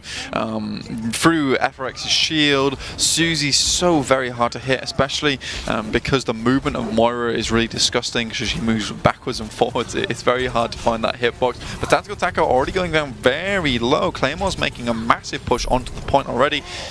They're not waiting for anything. They're not hanging about. Attitude has to jump straight on in from that high ground. But already it's Apple able to just dissuade it down. No one can stand close in these close quarters with this 3-3 composition. The bubble onto Horizon keeps the mech going forwards and no one can step down. Leaky has to drop and try and contest, but Horizon's even just flinging themselves up there. There's 3 players up there, they just can't drop down. Duck not able to do anything. The D-Mech almost instantly, and now it's the turn of the Ana. She's going to get swatted around like a fly. Yeah, Claymores are desperately trying to figure out something else. I think the Junkrat and the Doomfist are a good choice here, as long as they're playing the Doomfist on the front line to push back FRX, make it much more difficult to find him those picks in, but the Coalescence is available, which is going to make it even tougher for them to push through with damage on top of it. Leaky's not going to find any value as he goes down early in the fight, John. Oh, the Transcendence has to be burnt from Duck to try and keep them nice and safe, but Attitude falls very, very early. Enzyme starts to trade it back, but the Shatter's out from FRX. Self-destruct, though, is going to find Duck into the sidelines. The Guardians, they're just continuing to roll this fight through. They've already got that first point. Grav is onto the side of the point, and the kills are coming thick and fast. This is an incredible start to the fight. Are they going to be able to close it out? They've already got 2 ticks. Mini D.Va goes down. The Shatter not quite built up just yet, but there's the sound barrier to move them forwards. That charge is being built, and FRX just tears straight on through everyone. Yeah, there's nothing they can do about that. Claymores, they made the switches too early. I'm surprised they didn't see this one coming. Skyer's not able to use the nano boost early either. The Coalescence just made it so easy for them to snowball that. Now that 2 minutes 15 time back isn't looking so great so more versus that 6 minutes 22 that the Guardians have accrued. Well, this is going to guarantee Claymores at least another attempt if it does go all the way down to the end of the time bank, because of course they do have... Oh no, wait, it won't necessarily guarantee them. It might do. If they can complete the whole thing with 1 minute left on the clock, which will be really tricky. They'd have to really roll these things fast, and they would be guaranteed that second attempt. But the Guardians, they just have such an advantage when it comes to this time step. Well, if we look at it here, it took the Guardians 1 minute 48.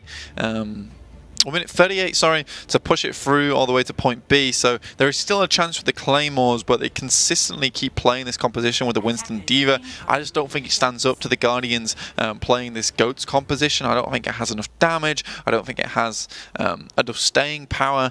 You really need that consistent healing. I think that once Susie goes down a lot of these fights with the Guardians, things start to become a lot more tough because you're only getting 32 HPS from the Lucio and the Brigitte on top of the armor pack. That'd be a good pub quiz question. Sorry, I'm completely interrupting you. How many blue dots runs in your default skin face? That'd be quite interesting. Just like 7. Well, we just saw it, mate. How many was it? 9. 9. Yeah, fair play. There you go. 2 little horizontal slits as well. But Leaky on that Widow was pretty brutal the first time around. It was. Enzyme's coming back in. I think the EMP is probably really, really great here. I don't agree with Leaky going back onto the Widowmaker. I think Leaky playing something like a Junkrat or Doomfist will work better here. How many times out of 10 are you going to find Leaky finding any value out of this Widowmaker? Even if he finds a massive picks during the fight, or at least damage during the fight onto these tanks, it's going to be immediately rezzed up with an armor pack. And the shields there are always available. Leaky again. JK, I guess. They're going to land these headshots, and this is the power of the attack Widowmaker on Temple of Anubis. If you can land those shots from a distance, you can see that it's just going to do all the work. The DMEC coming through, Horizon goes down, so no defense matrix to stop those shots coming through, and it immediately Leaky just assassinates Susie from the mix. Enzyme all this while has been building up towards that ult. Horizon, though, is able to get the remake off. Translocator coming out for Enzyme, but the hack onto FRX is just going to mean that that spray is going to come thick and fast, and they are just going to allow this EMP to be built up so quickly that they're just going to be, they might just be able to wipe this second point if they can roll it on through. But they have to win this fight first. Apple's still there, and they are going to be able to clear it out finally. Yeah, Leaky showed up in a really big way there. I think Guardians started to split up a bit too much. They didn't really have too much focus as the dive came in, and now there's a Transcendence available if things start to get hairy, but this EMP will be huge. Again, though, Sky had to use Nano Boost last time, so the damage is going to be a little bit lacking versus the Guardians, and I think the natural healing coming out from them might just be enough because Inspire doesn't get turned off by EMP. No, and we'll have to see if they're able to keep that pressure forwards. It's all really going to be on Enzyme to pull the trigger. The hack goes through, but Apple, it remains safe from it. The Transcendence is out as well for the Claymores to keep them safe on the roll forward. The hack, though, is going to be there. Manual is all it's going to take as they transfer. Enzyme able to get the spray down over onto Apple. Self-destruct sequence is out, but it's completely negated. So it was already 40% up to another EMP. FRX not quite hacked out just in time, but it's going to get sent hacked as well. So cannot charge, cannot capitalize, and the Primal Rage is just going to boop him away from this point. And they are just going to continue to go for these kills. Susie stepping on forwards, Apple rolling on in, Horizon getting taken down, and everybody, they're going down as fast as they can come in blank. They are going to be able to make it 20 seconds on the clock, but they do get both of these caps within the time. So, yeah, there will be a final round, essentially, unless they can hold the Guardians for 2 points or even hold them on B. That was a very, very impressive push. And things are starting to, I would assume the Guardians are starting to sweat now. They've got a lot to live up to. FRX, I think that holding in the front lines is great and all, and he was doing a good job, but dropping that shield versus Leaky on the Widowmaker, probably not the best of things for them. See if they can roll out, go a little bit fast. As you say, though, they've got a lot of time to play with here. Guardians have such a massive opportunity to maintain that advantage when it comes to the time banks. And what we've seen from the Claymores on the defense before is that they just can't quite stand up to this 3-3, just roll straight to the point. That they do. There you see the strike skin from Anna, the 70,000 whatever currency they're using over there in the future. We're not quite sure. Anyway, the Claymores are coming back in this one. They're going to be playing a little bit more of a defensive composition now, running Leaky on the Brigitte with Skyer and Anna.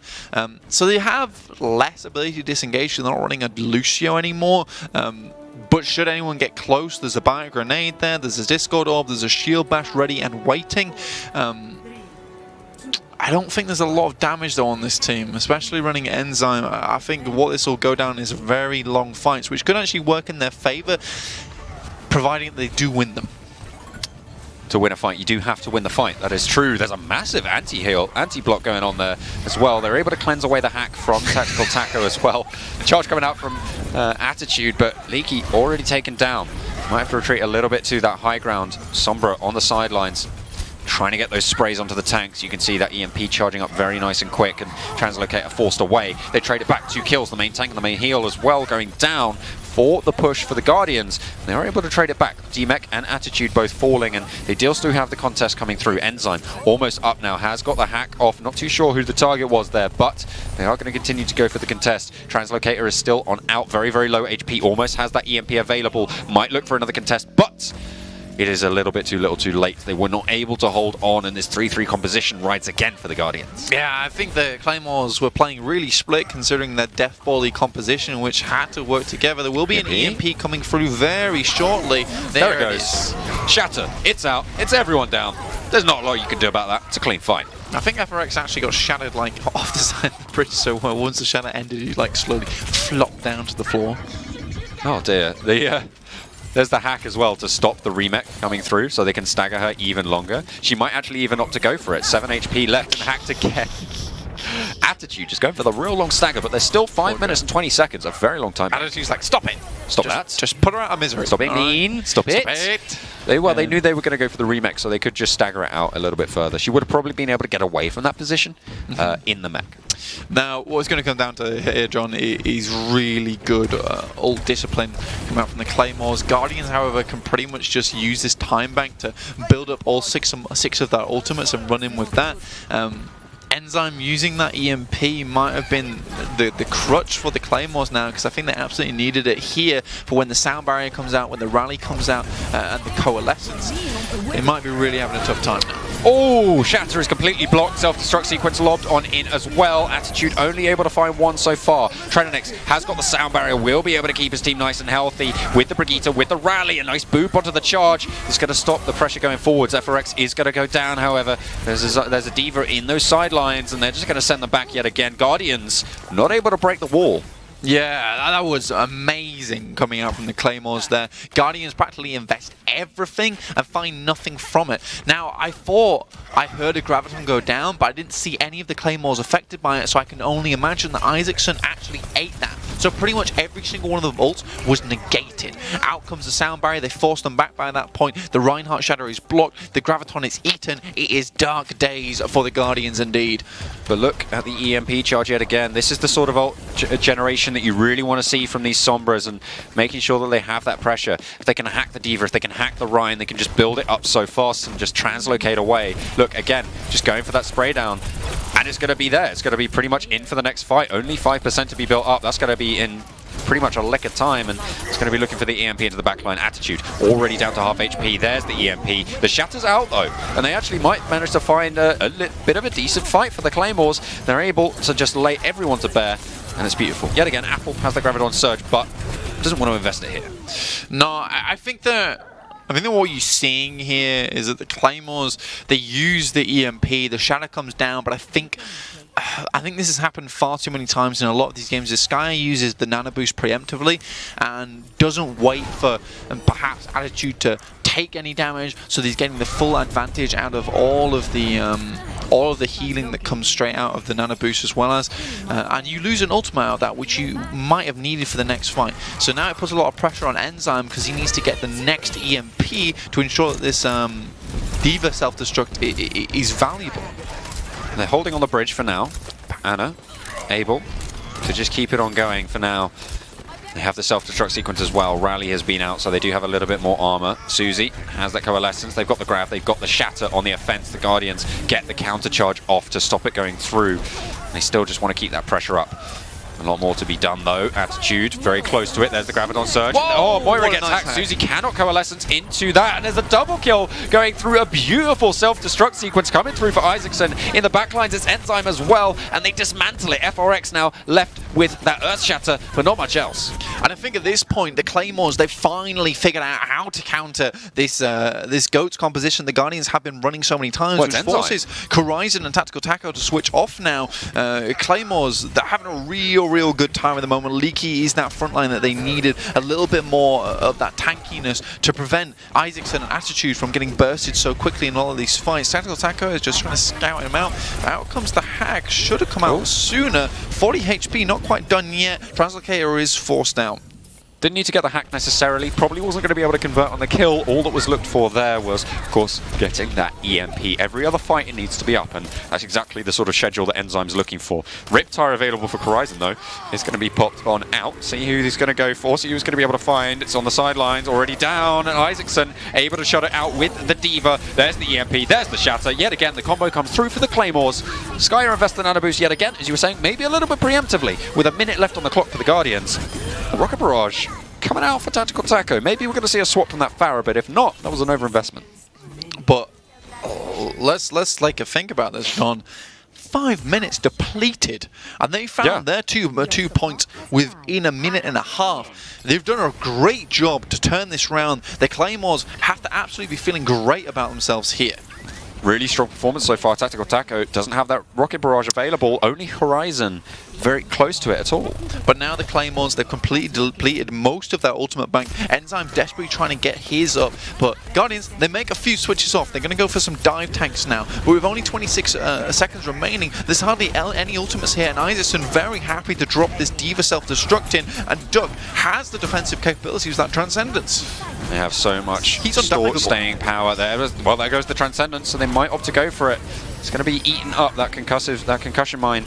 It's going to be just dismantled by that D.Va as it comes on through, but Kyraisa's managed to find a decent spot. Riptide cancelled away. Leaky able to chase that one down. Beautiful play coming through from the Claymores. They're holding strong. Enzyme and Skyer both finding those final kills. The charge comes out and the Claymores hold a 6.5 minute time bank to win the map.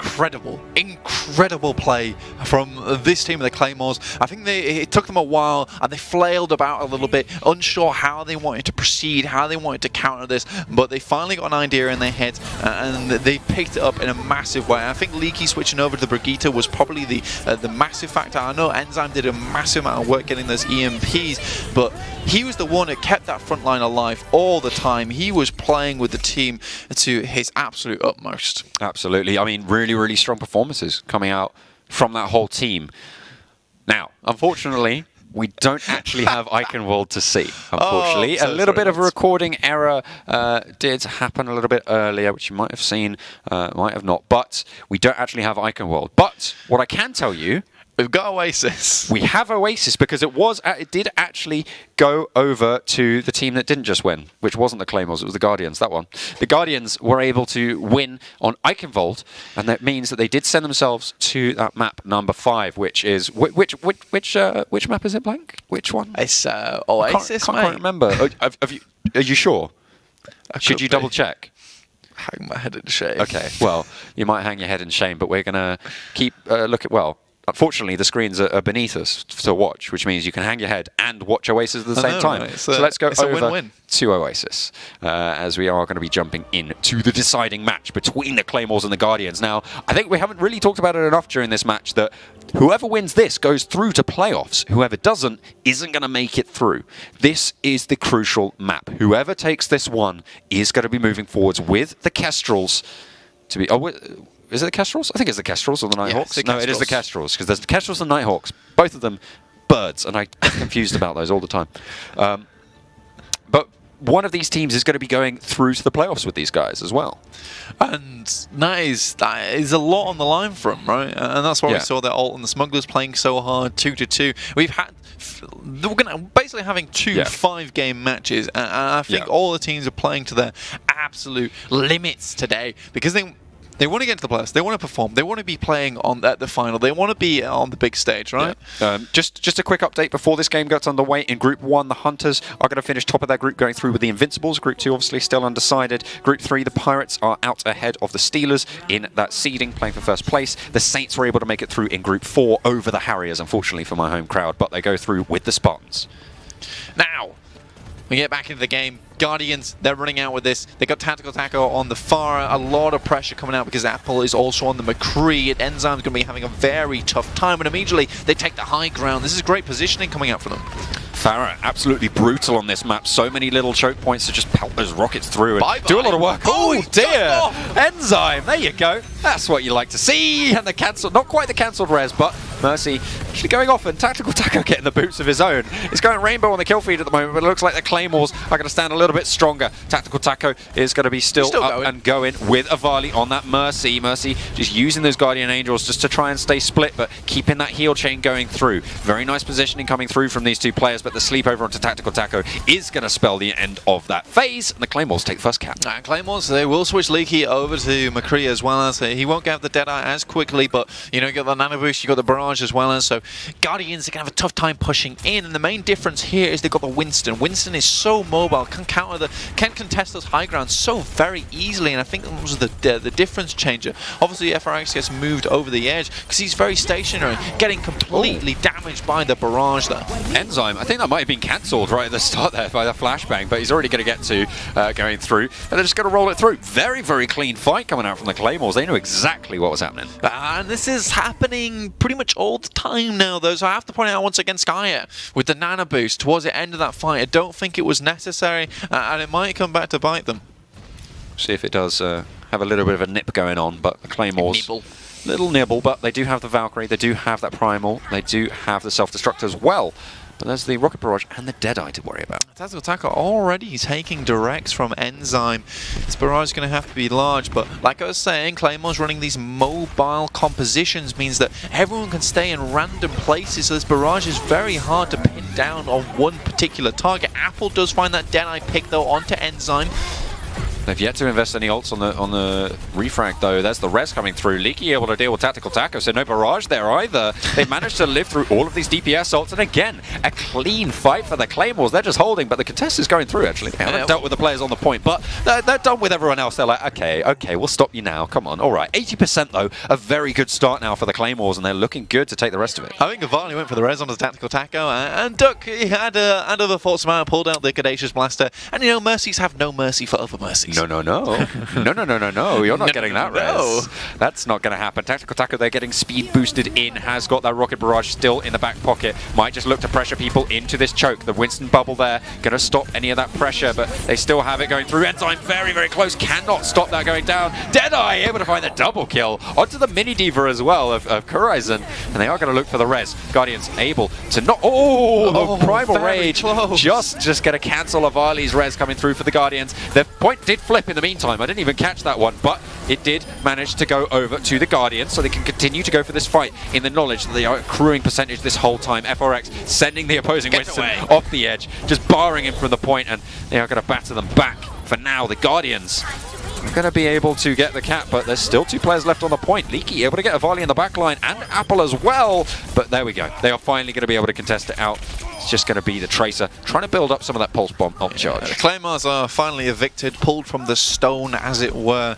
Now the Guardians will hold strong on the point. They don't have too many ultimates to speak of, and Claymores will be coming back in this one with a Valkyrie, which is going to be a lot of healing for them. And because they've got the mobile targets, that Valkyrie is going to be so strong because it will absolutely be able to follow up with them. Leaky makes the switch over to the Widowmaker to better basically hold out versus Apples at the moment. Those long distance sightlines have been really making him struggle on the McCree because he has to get in close, and because he's so slow, he's a real easy target to hit as Widow. As the Pharaoh Rocket's just starting to build up that ult charge even further for Tactical Taco.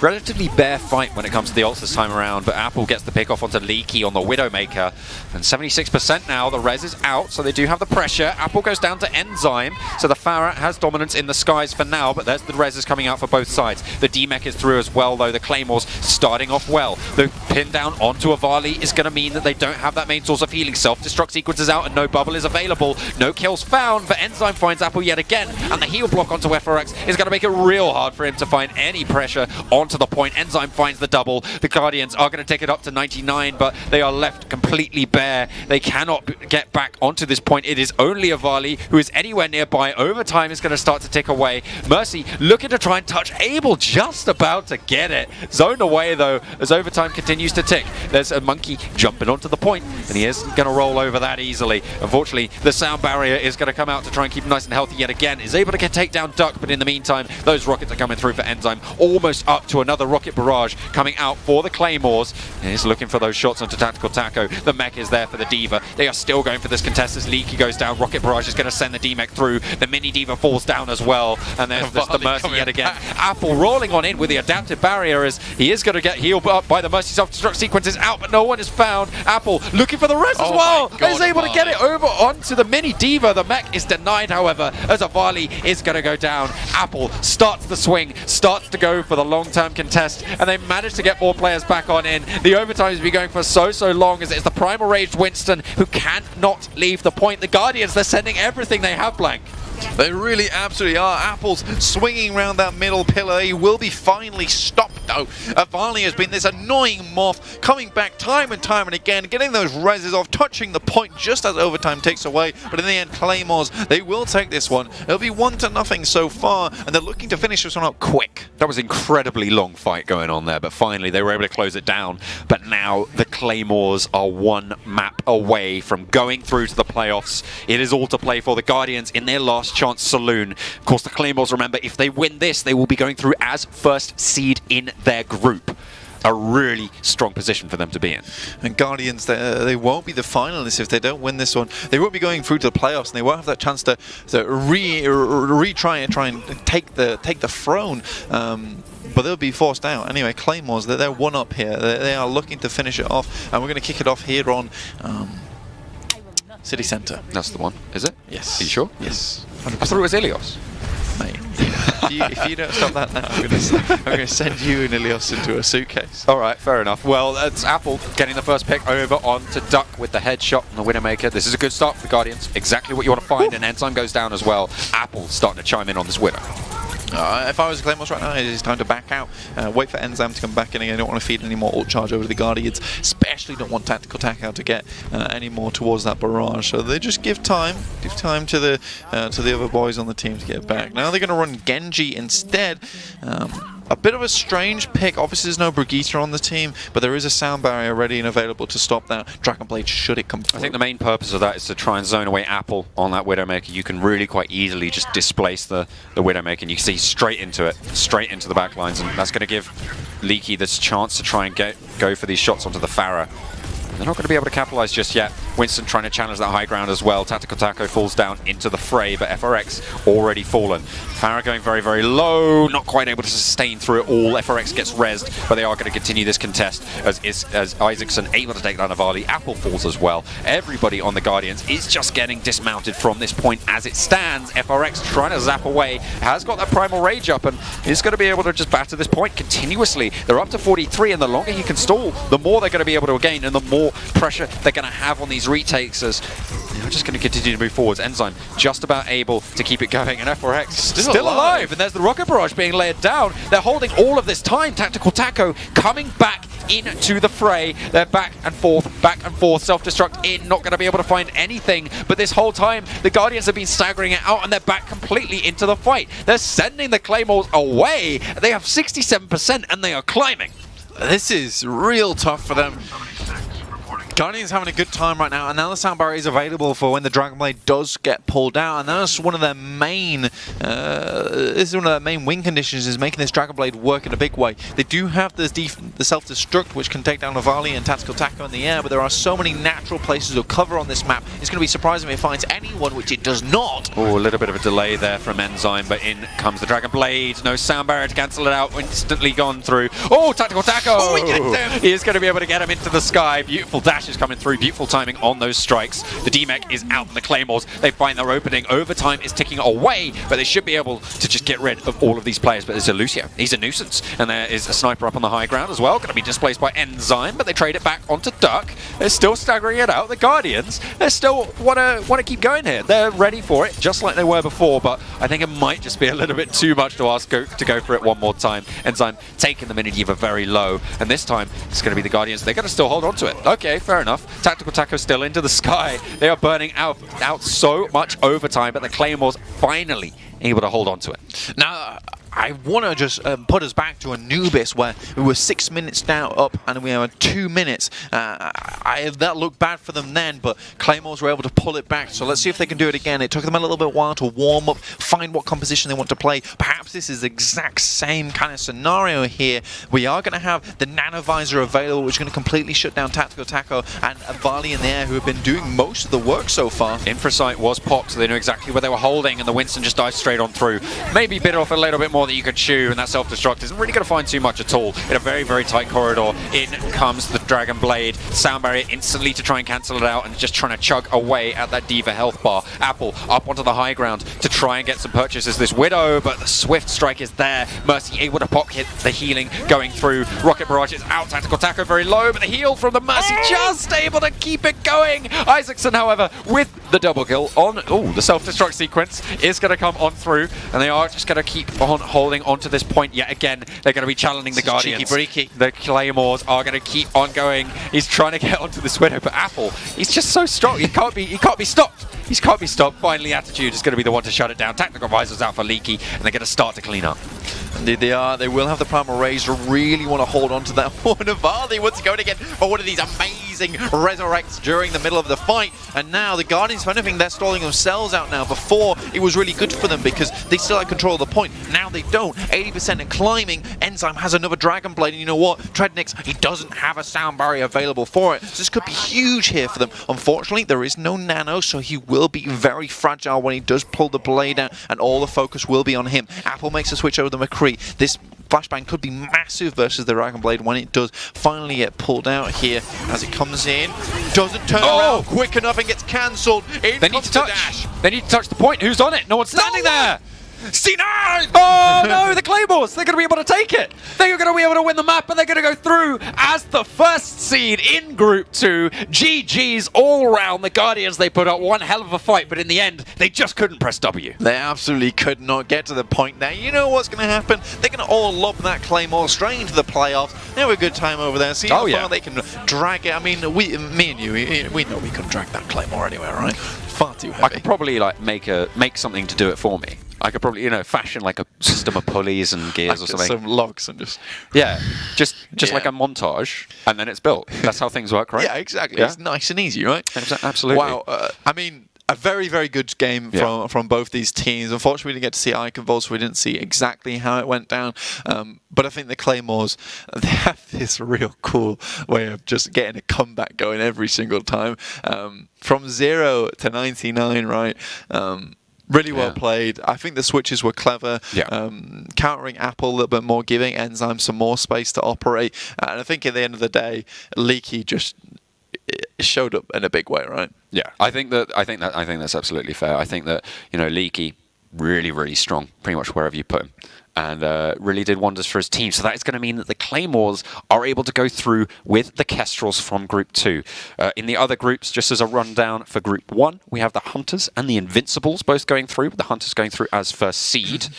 Group 2, obviously, we've just covered. Group 3 is the Pirates and the Steelers. I'm not entirely sure on the exact score of that match, so we'll have to wait and stay tuned to all the social media for the results there. Group number 4, we have the Spartans and the Saints. Unfortunately, the Harriers not able to take down the Saints in that matchup. So the Spartans, who are one of the stronger teams in the Clash, they're going to go through as new entrants as the first seed of group number 4. So stay tuned for all of those on the social media, because, of course, it's going to be playoffs next week, and I'm pretty excited. I don't know about you. Are you excited? How excited are you? I'm excited. On a scale of here to here, how excited are you?